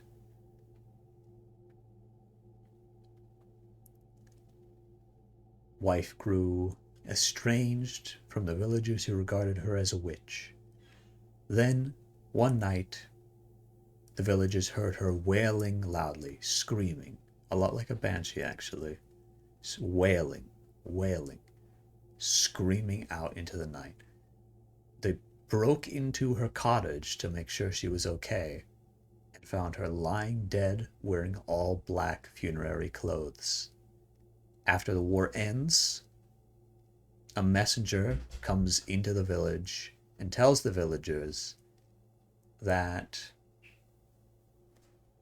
the lone wife's son, the wife of the woodsman who is said to have become a witch, that she had died on the same day that her son had died. And ever since then, oh my goodness. Hello, Kelly. Oh my goodness. Oh, hello. Oh, hello, Kelly. Oh my goodness. Thank you so much for that raid. We'll give a quick little shout out to our dear friend, Kelly. Oh, C. Right, that's a 0. 0, C. Being able to raid mono. Very true, very true. Thank you so much for sending your your faithful servants into our Nightlight studio. What spooky stories do we have tonight? We have 3 ghost stories. I was just recounting the ghost story of the lady in black, which I suppose I'll have to do all again now. No, but seriously, thank you very much for the raid. I hope that your listeners can join us. Welcome to Nightlight. This is my own occult show in which the line between fact and fiction is erased. We talk about various different occult things. Our first episode was about forum mysteries. Then it was about aliens, and tonight's episode is about ghosts. Oh, and do be sure, if any of you are not following Kelly, to follow the dear Kelly. But most of you are here from Kelly, so I'm going to say you're probably already following.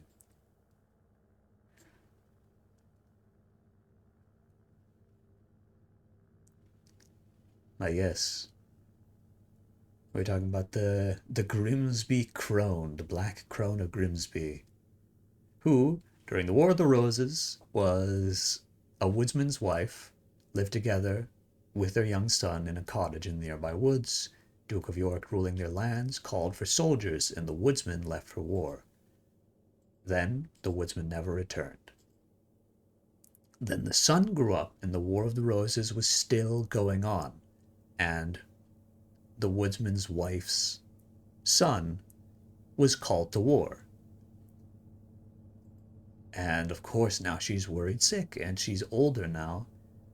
She is terrified that she will lose her son to the war. So it's said that she turned to witchcraft in an attempt to secure the safety of her son.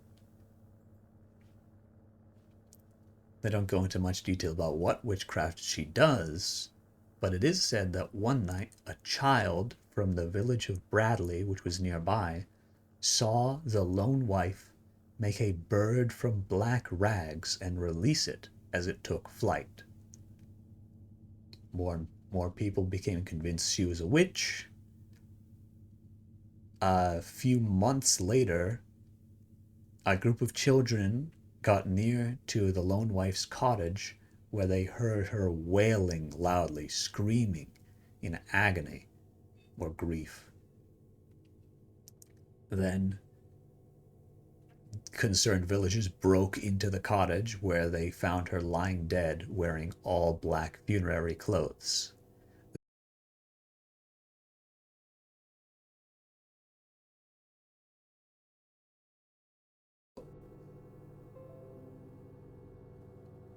Ugh. Goddamn OBS. Are we back?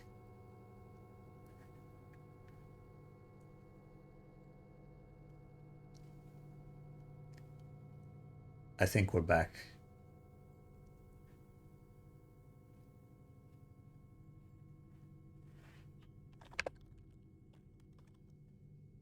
Okay, good. Wonderful.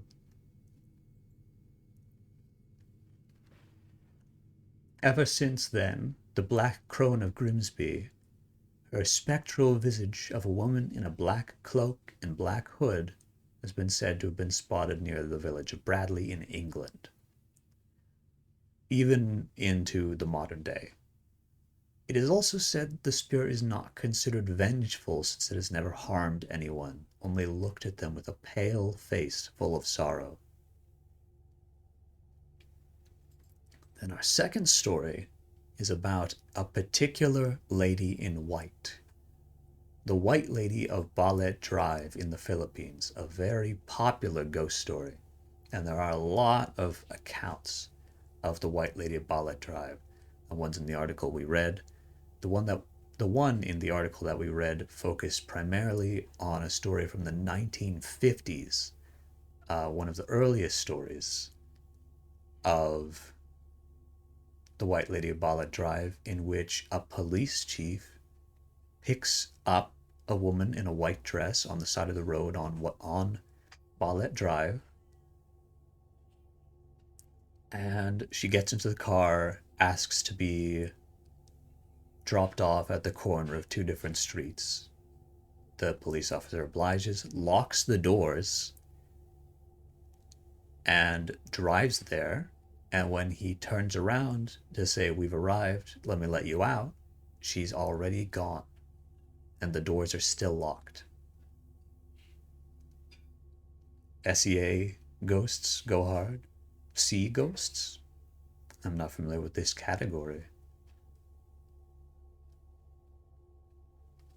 Oh yes, and crucially, with the White Lady of Southeast Asia, yes. Crucially, the White Lady of Ballet Drive, the Ballet Drive itself is named after the trees which grow alongside it, which are said to house spirits within them of various different kinds. So I sort of, for that one, I've drawn up the theory that maybe the trees themselves ensnare the ghost of the Lady in White, and the only way that ghosts can escape from Ballet Drive in order to free themselves from the snare of those trees is to latch onto someone, to get invited into their car and then drive far enough away that they can be free of the snare of the ballet tree.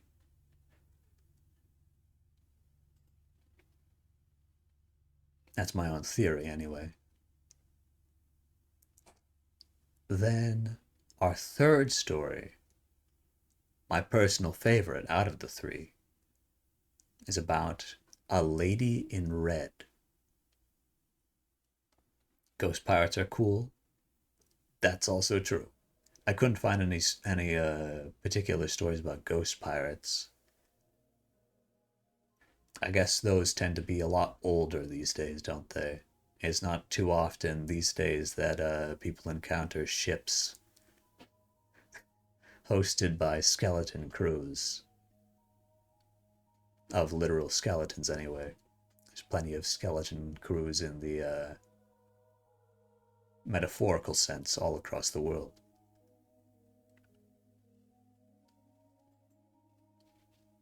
A third story is about the Lady in Red, typically associated with the spirit of someone who had died in a state of passion, passionate anger or love. This is the British Empire's fault, as are a lot of things, in fact. As are a lot of things. Arguably, America itself is the fault of the British Empire. So then the Lady in Red we decided to focus on tonight is at the appropriately named Ghost Light Theater, not to be confused with Nightlight Studio here, which is named after a piece of theater superstition which claims that you should always keep a light lit in the theater. Some say to ward away ghosts, but others say so the ghosts can play on the stage while no one is around, and that way they don't cause mischief when people are doing actual plays during the day, when the lights are normally on. And then after a 2006 performance, an actress and a stagehand watch a lady in a red dress fall from the second floor seating area onto the first floor before disappearing without a trace.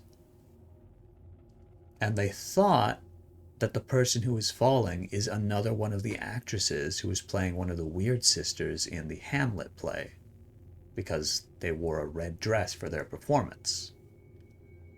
Then the following night, the same stagehand who witnessed the lady in red falling from the second floor, in their periphery, for just a minute, they see a lady in red, very late at night, when all the lights are off except the ghost light, standing on the stage. Oh yes, we have some Stalker OST for ambience.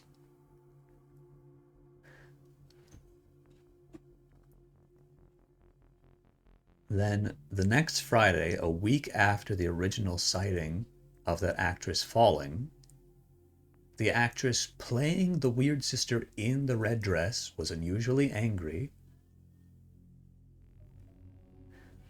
and in her performance, and after the performance she seemed to completely vanish. Nobody knew where she went until the next day when her body was found in the theater, having fallen from the second floor to the first floor at the exact same spot that the original Lady in Red was seen falling. She was later discovered to have been recently pregnant and to have a positive pregnancy test found in her room in the trash can. The death was ultimately ruled as a suicide, but others believe foul play may have been involved. Then, the Ghostlight Theater claims that it said that the ghost of a woman in a red dress can still be seen on stage during late hours, illuminated only by the ghost light. And theaters are there's haunted theaters everywhere. There's haunted theaters probably in every state in America and across the world. Theaters are full of ghost stories like this, but this one is particularly interesting because it isn't her ghost appearing after her death, it's her ghost appearing before her death. Like her death caused a ripple in time, right? Like a sine wave reaching peaks both on the negative and positive sides of a graph. Visions of her on the stage and visions of her falling from the second floor. Perhaps a warning, a natural circumstance of however it is that the afterlife works. That's the question. Here on Nightlight, the whole fun is coming up with theories about what could have happened, the reasons for the events in the story. Why did the Lady in Black make a bird out of black rags, reportedly? Was it a bird made of black rags, or was it just dark? Was it even a bird? Was it a bat? Or just a pigeon? Or a raven or a crow?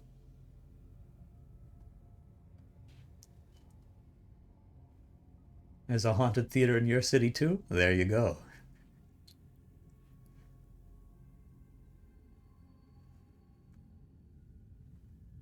We need to see a show there, yes. One day, Nightlight will be live on stage in a theater. But of course, we have our delightful Nightlight studio right here. I kind of don't like how the images appear on the TV. Let's get a zoom in on those. It's the Lady in Red. You have a Lady in Red at the theater? Oh my. Oh wow. I wonder if it's the same one. Well, probably not. I feel like you'd mention if the theater is also called the Ghostlight.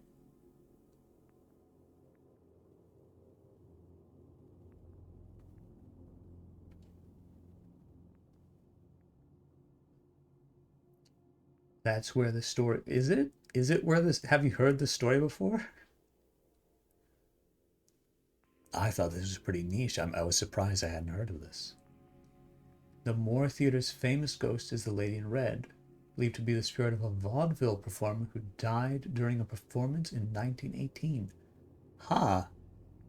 Well, it's not the Ghostlight Theater, but yes, there are a lot of ladies in red. I'm surprised that there's another one at another theater. I guess theaters are associated with the theatrical, and death is often theatrical.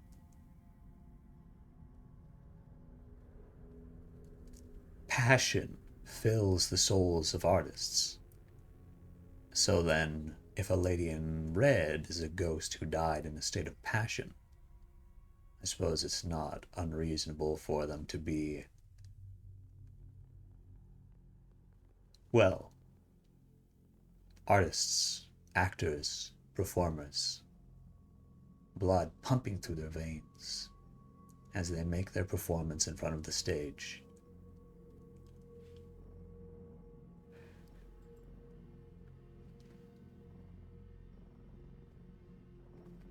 Oh, I am really worried about the bit rate on this stream. It just keeps dropping. I hope everything's alright. There are multiple theaters with ladies in red, yes. They're less common than ladies in white, but ladies in red definitely are still pretty common stories. But that's sort of what's, I guess it's a pretty straightforward archetype. It's just a lady in a dress. What color is the dress? Is it white, red, or black, or blue? Or brown? There was a lady in brown. Not as interesting of a story, I'm afraid.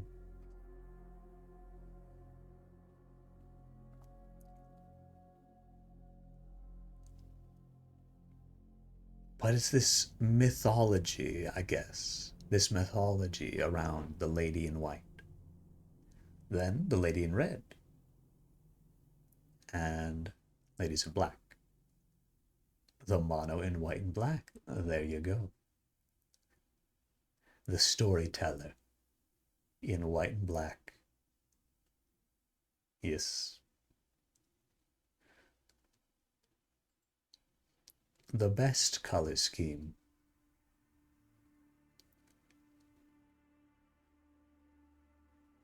Although the lady in red might disagree. As for the lady in black, maybe we could come to an arrangement.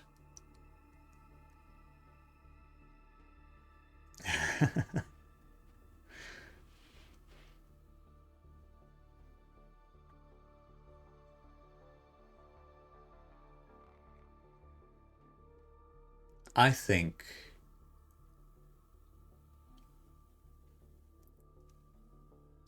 it's very natural for people to become fascinated with ghosts.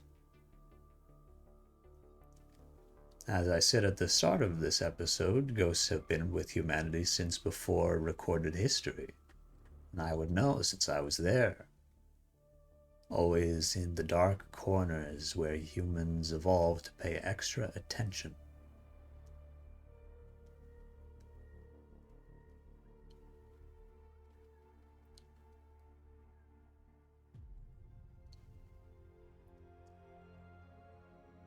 But what could the answer be? Why did the lady in red's ghost appear before her death?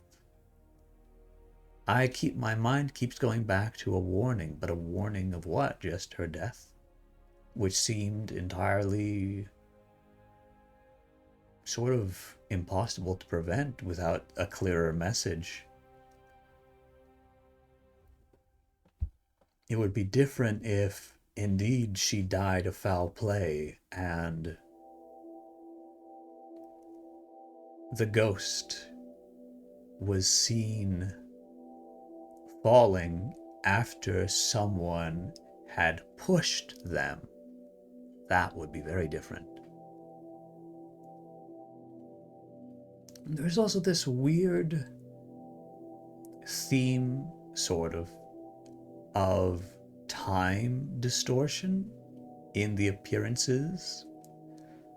For instance, unlike when ghosts are normally seen in the dark corners, the original Lady in Red at the Ghostlight Theater was seen falling, presumably after a performance, a week before the actual fall happened, but was seen by two people in full light fully lit area. Then the next night, the lady in red is on the stage.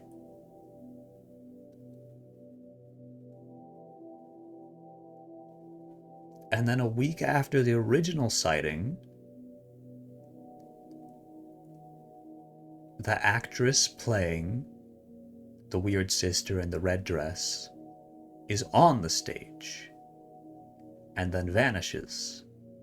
And then the next morning is found dead. You see what I'm getting at, right? Oh, that's weird.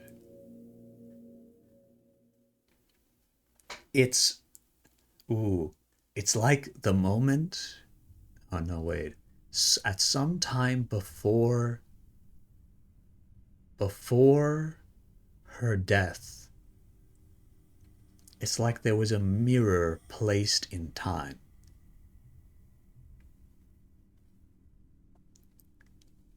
Reflecting her death and her acting on the stage backward.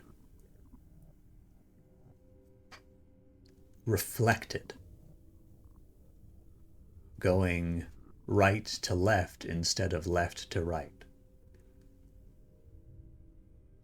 But experienced by people traveling through time left to right. So they see the death first, then the performance. Then the mirror happens. Then she's on stage. And then she's dead. And, because she was found the day after in the theater, which I feel like implies that she died during the night. So for her to have died during the night, but then the ghost appeared during the day, and her actual performance was during the day, of course, on that Friday. But before the mirror, after the fall, at night, the ghost was seen on the stage. Ooh, what the fuck? What the fuck? That's weird. I guess that's fitting since she was playing one of the weird sisters in Hamlet. But yeah, hold on. What?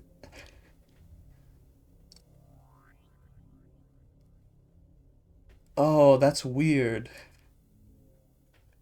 What could do that?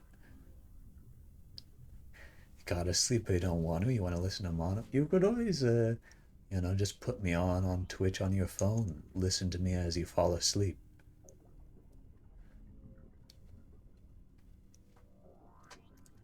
Oh. Or I would also say, you're free to go and get the rest that you need. I would feel bad to keep you here and then for you to wake up groggy and confused the next morning, unable to focus on anything, sleep deprived. You do need it.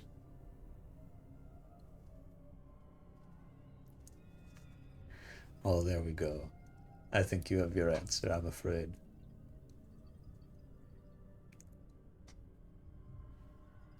What could mirror a person's death like that? Wait. Oh. Good night, Kelly. Have wonderful dreams. Have wonderful, wonderful dreams.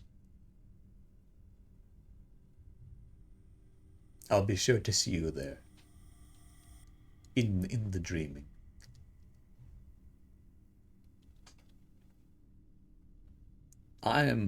I am now obsessed with this story. Bet? Yeah, I'll see you there. I'll see you there. I am now obsessed with this story of the Lady in Red, right? What what caused this? I keep calling it a mirror, a time mirror. What the fuck caused that? Oh, huh. A piece of alien technology causes a ripple through space-time. That's an explanation for just about anything.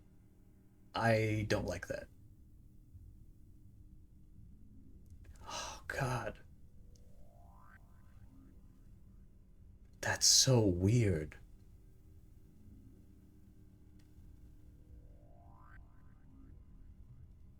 Hmm.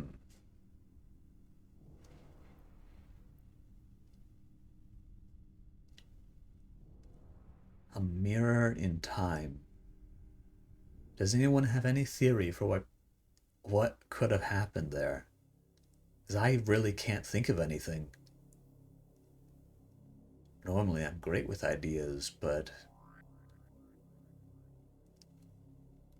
God, what? This feels less like a warning and more like a symptom, a side effect of something else. That's what my gut's telling me. As if it was going to be a warning about her death, why would she appear on stage, mirroring the time that she actually was on stage a week later? Oh,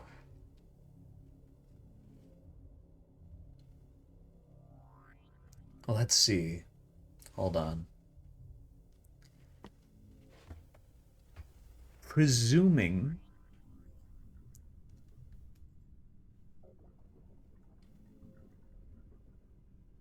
the time of Friday to Friday is 7 days.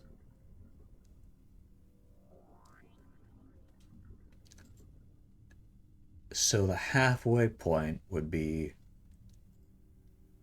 4.5 days later. So that'd be one, two, three, four. That would be a Wednesday, halfway through a Wednesday. So at, oh, weird. Oh, weird. Right. It would be halfway through, so it would be right at noon. Noon on the noon on the Wednesday before it happens. Is time a circle? That's the only explanation I can think of for how that would happen.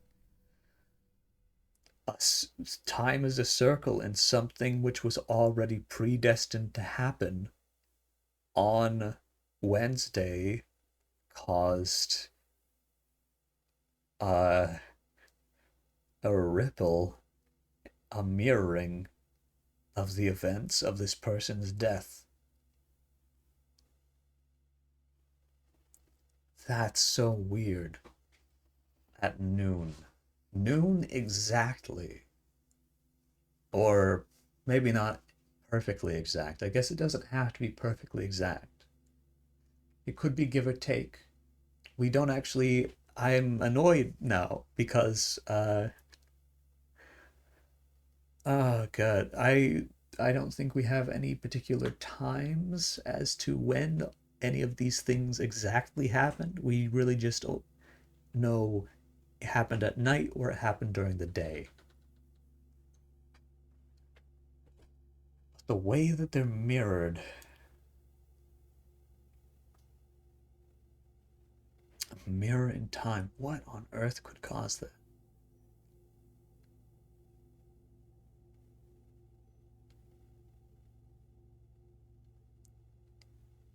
Weird. Very weird. And then, of course, if the actress was pregnant, then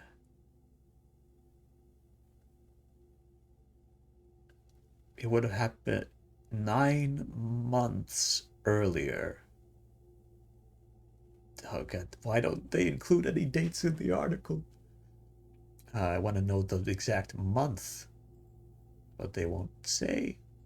Maybe I could look into this more afterward, because I'm really invested in this now. What? Well, let's see. It was 2006.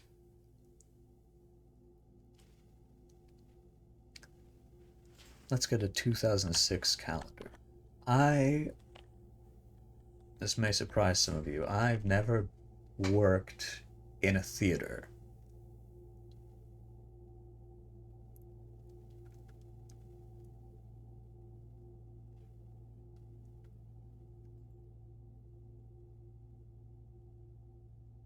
(2006).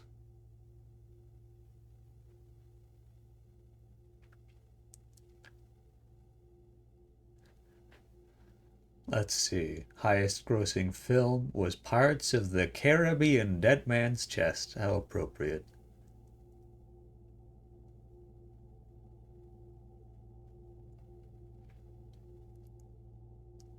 It was Year of the Dog. That's not what I'm looking for.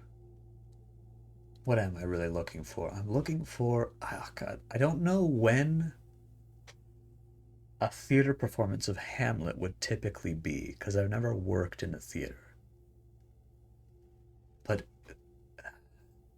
if someone did know, I mean, I assume that would be during the summer, roughly. Let's see, March is the start of spring. So any time between March to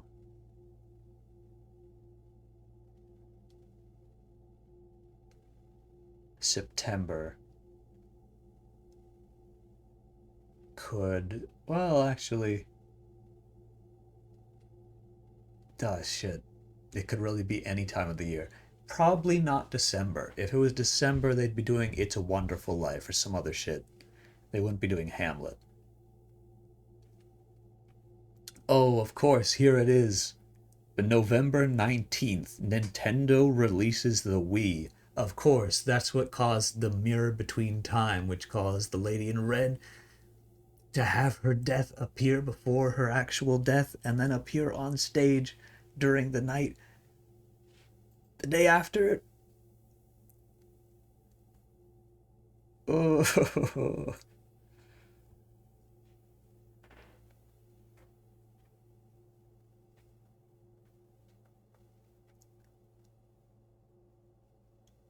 Or could it be November 3rd when Microsoft released Office 2007? Indeed.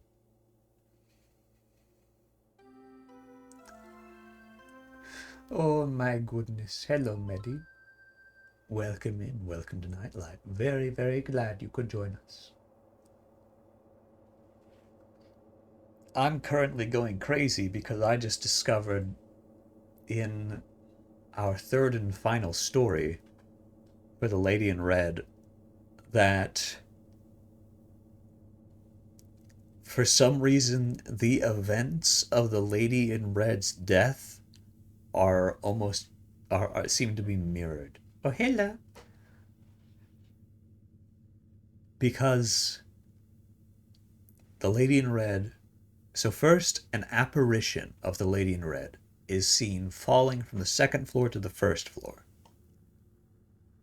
And people go and they run to make sure that whoever fell is okay, but there's nothing there. They vanished. Then they say the next night, the following night, the Lady in Red is seen very late at night on stage, with the stage lit only by the ghost light, which is a light that theaters always keep on in order to either ward away ghosts or so ghosts can play on the stage when no one is around. Considering there's a ghost on the stage when the light is lit, I'm leaning towards the latter. Then a week later, after the original sighting, a performance of Hamlet, the same play that was done a week before, is performed, and the lady playing the weird sister, one of the weird sisters who wore a red dress, was unusually angry, and after the performance seemed to vanish until the next day when her body was found in the theater, having fallen from the second to the first floor at the exact same spot. Your high school had one? There you go. You've got the proper setting then, the proper understanding.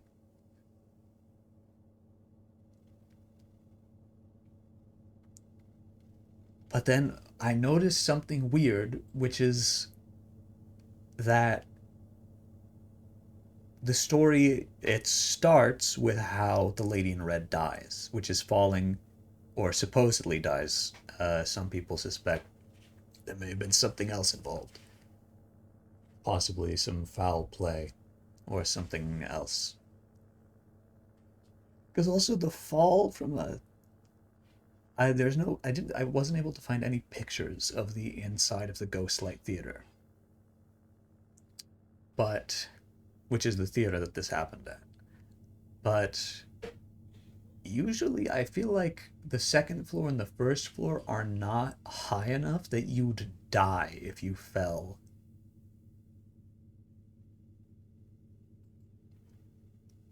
Still,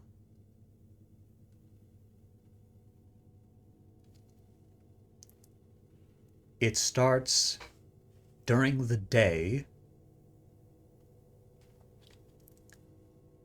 The lady in red, as an apparition, is seen falling. Then, at very late at night, the lady in red is seen on the stage, which a week later, the real lady in red, the living one, is on that same stage, wearing a red dress, and then falls. Which is so weird, because as I've realized, it's like someone put a mirror in time between the events leading up to and of this person's death, right? Oh, yes. And the lady in red was also found to be pregnant at the time of her death, with a positive pregnancy test found in her room in the trash can. Which is what. So this is sending me, because I can't think of what could cause. What could cause this? What could cause this mirroring in time to happen? Because this feels like, lots of ghosts are said to appear as warnings of death.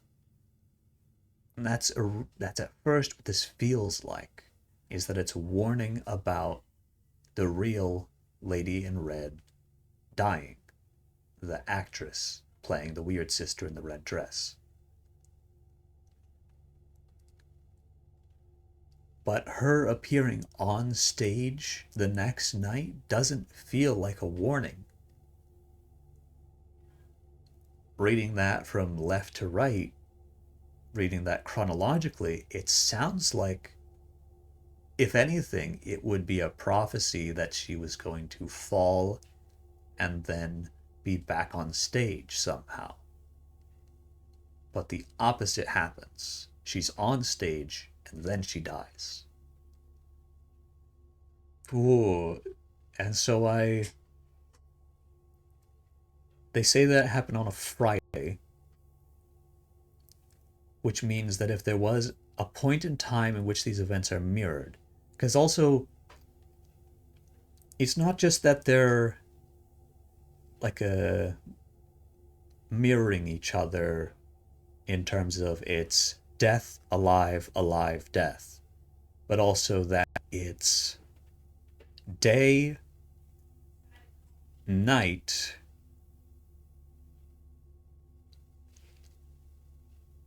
day,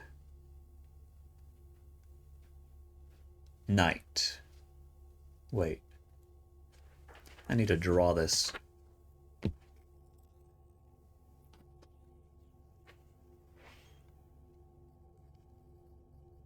Fall. The first fall is during the day. Then the stage is said to be very late at night.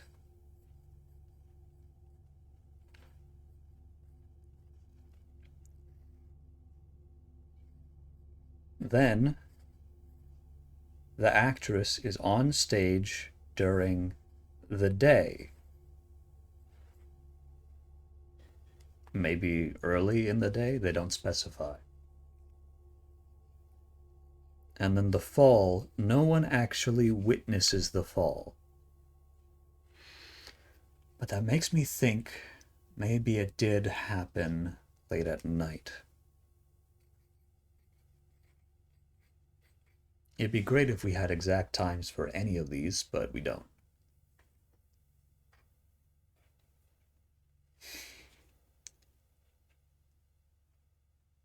Yes, that is a mirroring. So then if you go and you divide the week by half, the halfway point between these two, it would be exactly noon on Wednesday. Exactly noon on Wednesday, the same week that the actress dies. You can't see me, but I have my hands up and I'm pointing like I'm talking about Pepe Sylvia. That's what Nightlight is all about. But what the fuck? I didn't notice this about the story beforehand. So I've been trying to figure out when the performance of Hamlet might have been. Because if we can figure out that, we can maybe figure out when the baby that the actress became pregnant with, well, when she became pregnant.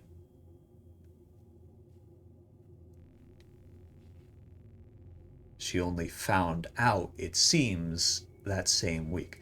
Was it on Wednesday at noon? Was it on at... Oh, wait, that's the only explanation that's making sense so far, is the idea that the actress playing the Lady in Red... Not playing the Lady in Red. The actress in the red dress playing the weird sister from Hamlet. One of them, anyway. There's three. At noon on Wednesday, discovers that she's pregnant. And we don't know the father. That information was never released. Tough to organize, indeed. But this is leading somewhere, isn't it? Maybe somehow the anger she felt, the fear, whatever passionate emotions were overtaking her upon this realization, at least powerful enough to make her unable to restrain her, how upset she was on the performance on Friday.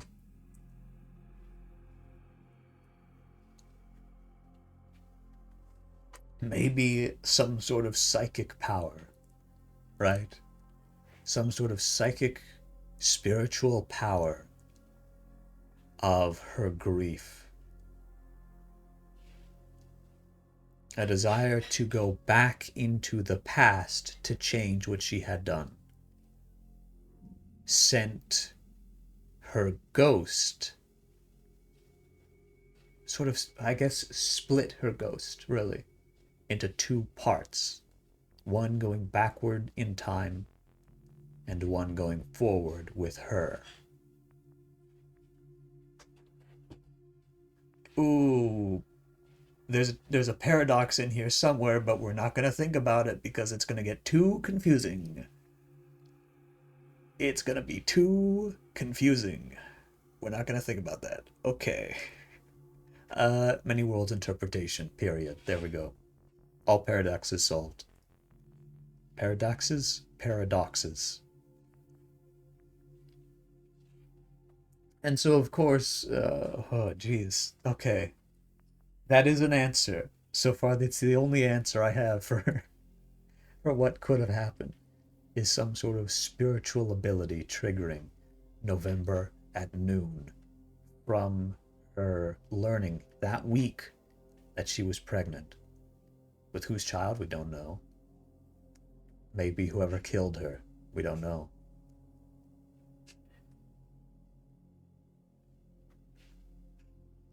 Paradosi? I like that actually. I like how that word looks. It looks like I'm gonna steal that for someone's name, I think. Like a character's name. It sounds like the name of a pianist or a painter from the classical period. Not the classical period, that's fucking ancient Greeks. Like, you know, Renaissance times. That's what I mean. Neoclassical.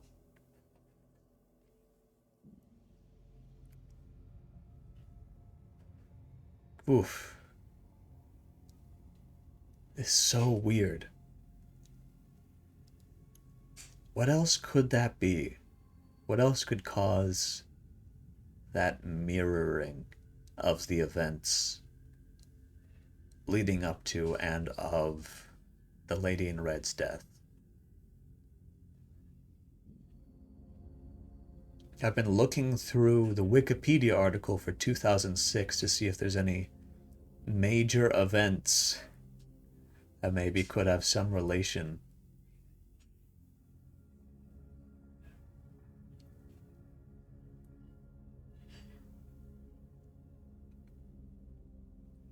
January 19th, NASA launches the first interplanetary space probe to Pluto. That doesn't feel quite right. But it does feel moderately significant.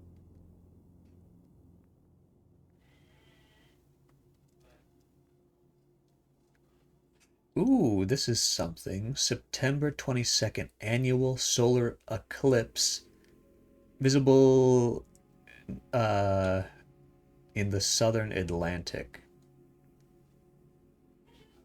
This story happened in America, so that's a little off, but maybe. You know, there's lots of suggestions of celestial phenomena interfering with spiritual phenomena. I have to drink something real quick.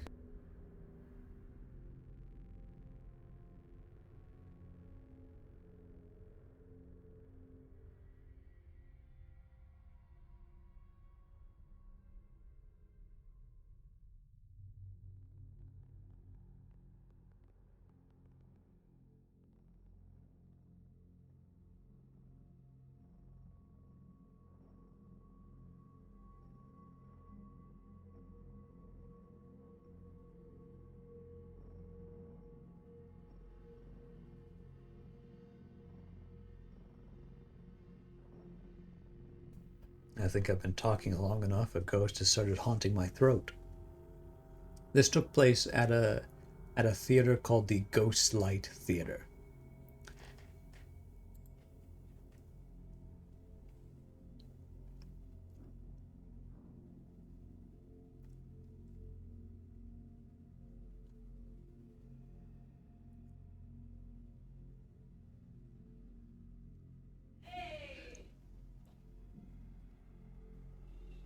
Uh, I think I'm not used to storytelling like this anymore. My throat is indeed quite parched. But we are coming up on the last part here.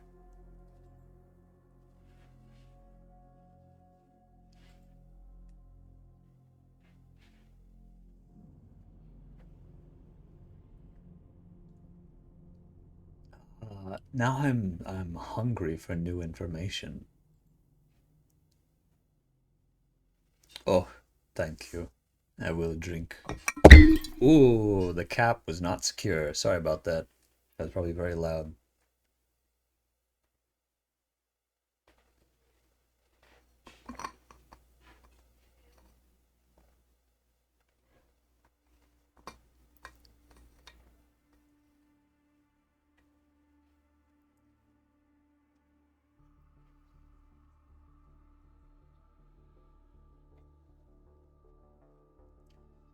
Place that there. Not too loud. My apologies.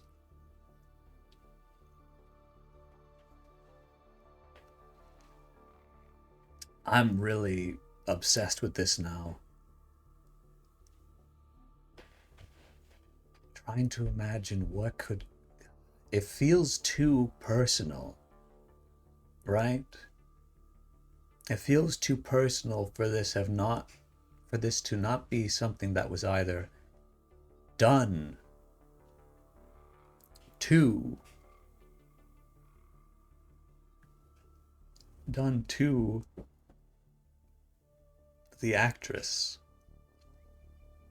either by herself, her own psychic, spiritual abilities. If it was indeed because of an annual solar eclipse which only covered the southern Atlantic, you'd expect more stories. So this feels personal, but at the same time, this feels so energetic.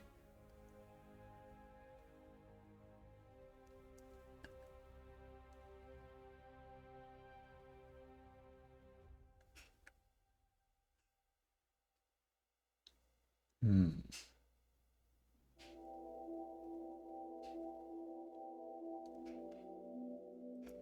Of course, of course, the uh, the event causing this supernatural mirror in time. November 19th, Nintendo releases the Wii, or November 11th, Sony releases the PlayStation 3. Oh my god, PlayStation 3! There are three weird sisters. We did 3 stories today. This is the 3rd episode on the 3rd of January. On the full super wolf moon.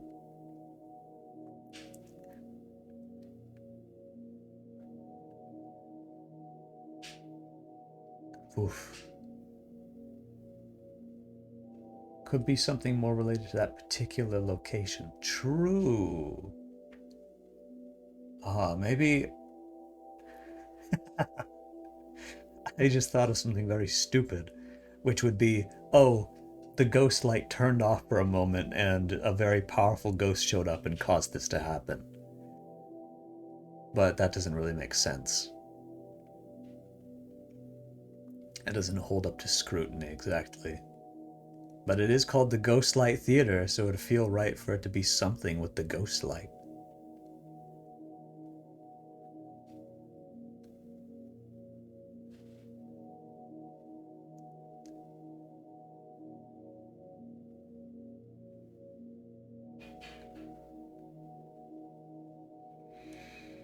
Hmm.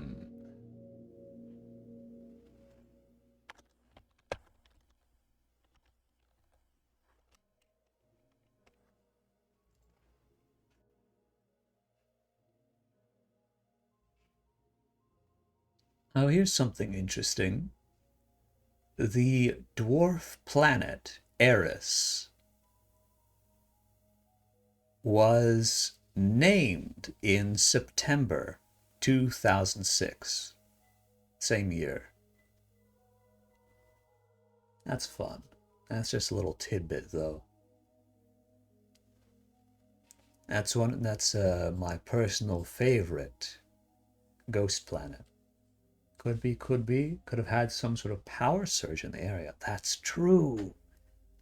Hmm. Ooh, wait. Yes, hold on. Power surge of the ghost light in the theater. It would be strange for that to happen on the Wednesday in between the two Fridays. But still, is that right?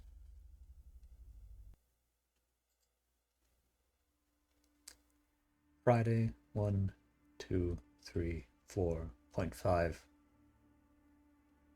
Yes.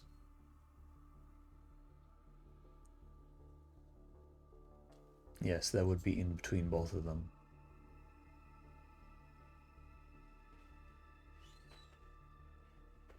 Wait, what am I saying? It would be 3, not 4. It wouldn't be a Wednesday. It would be 1, 2, 3. It'd be Tuesday. Yes, Tuesday at noon. Not Wednesday. I don't know why I kept saying Wednesday. 4.5 would be 9 divided by 2. That's the wrong number. Tuesday is when the mirroring would have happened. September.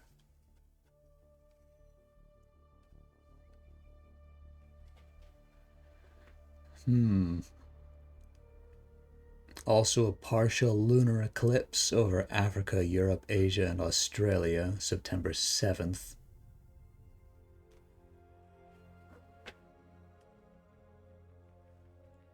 That's...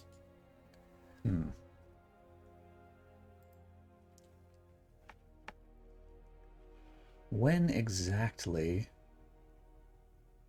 was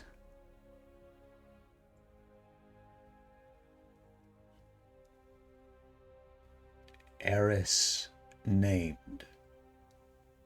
Eris is the 9th most massive known object orbiting the Sun. Largest known object in the solar system that has not been visited by spacecraft.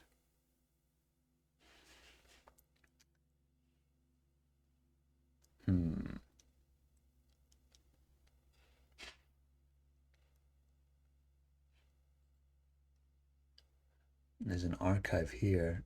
I'm trying to see if I can... This has sort of stolen my attention, maybe. I'm now very curious. Oh, jeez.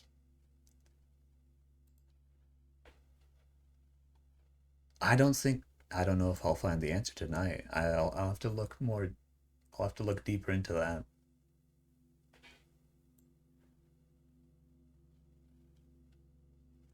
Oh, jeez. Oh, no, there's an ad starting. Stop, stop, stop. Oh, God. We'll be right back after this ad.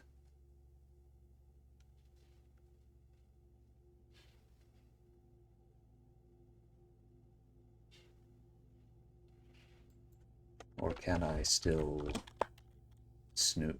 I can't. It's not a command.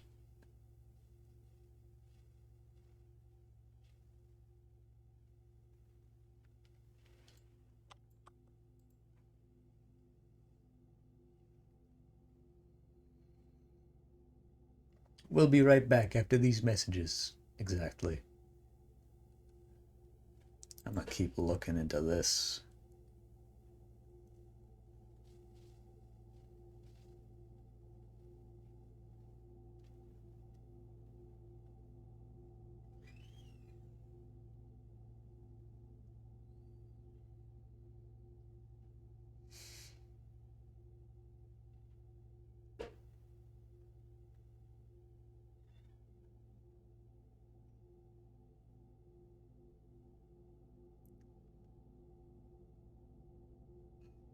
Eris circles the sun from about 9 billion miles away, twice the distance of Pluto.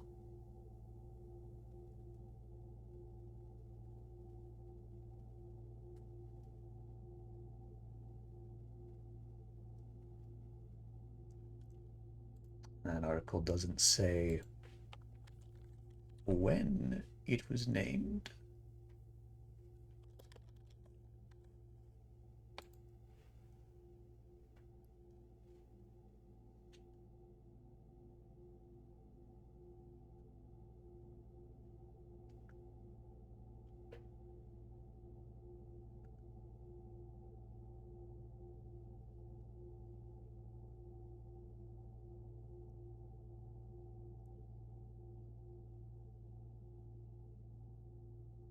Damn. No citation.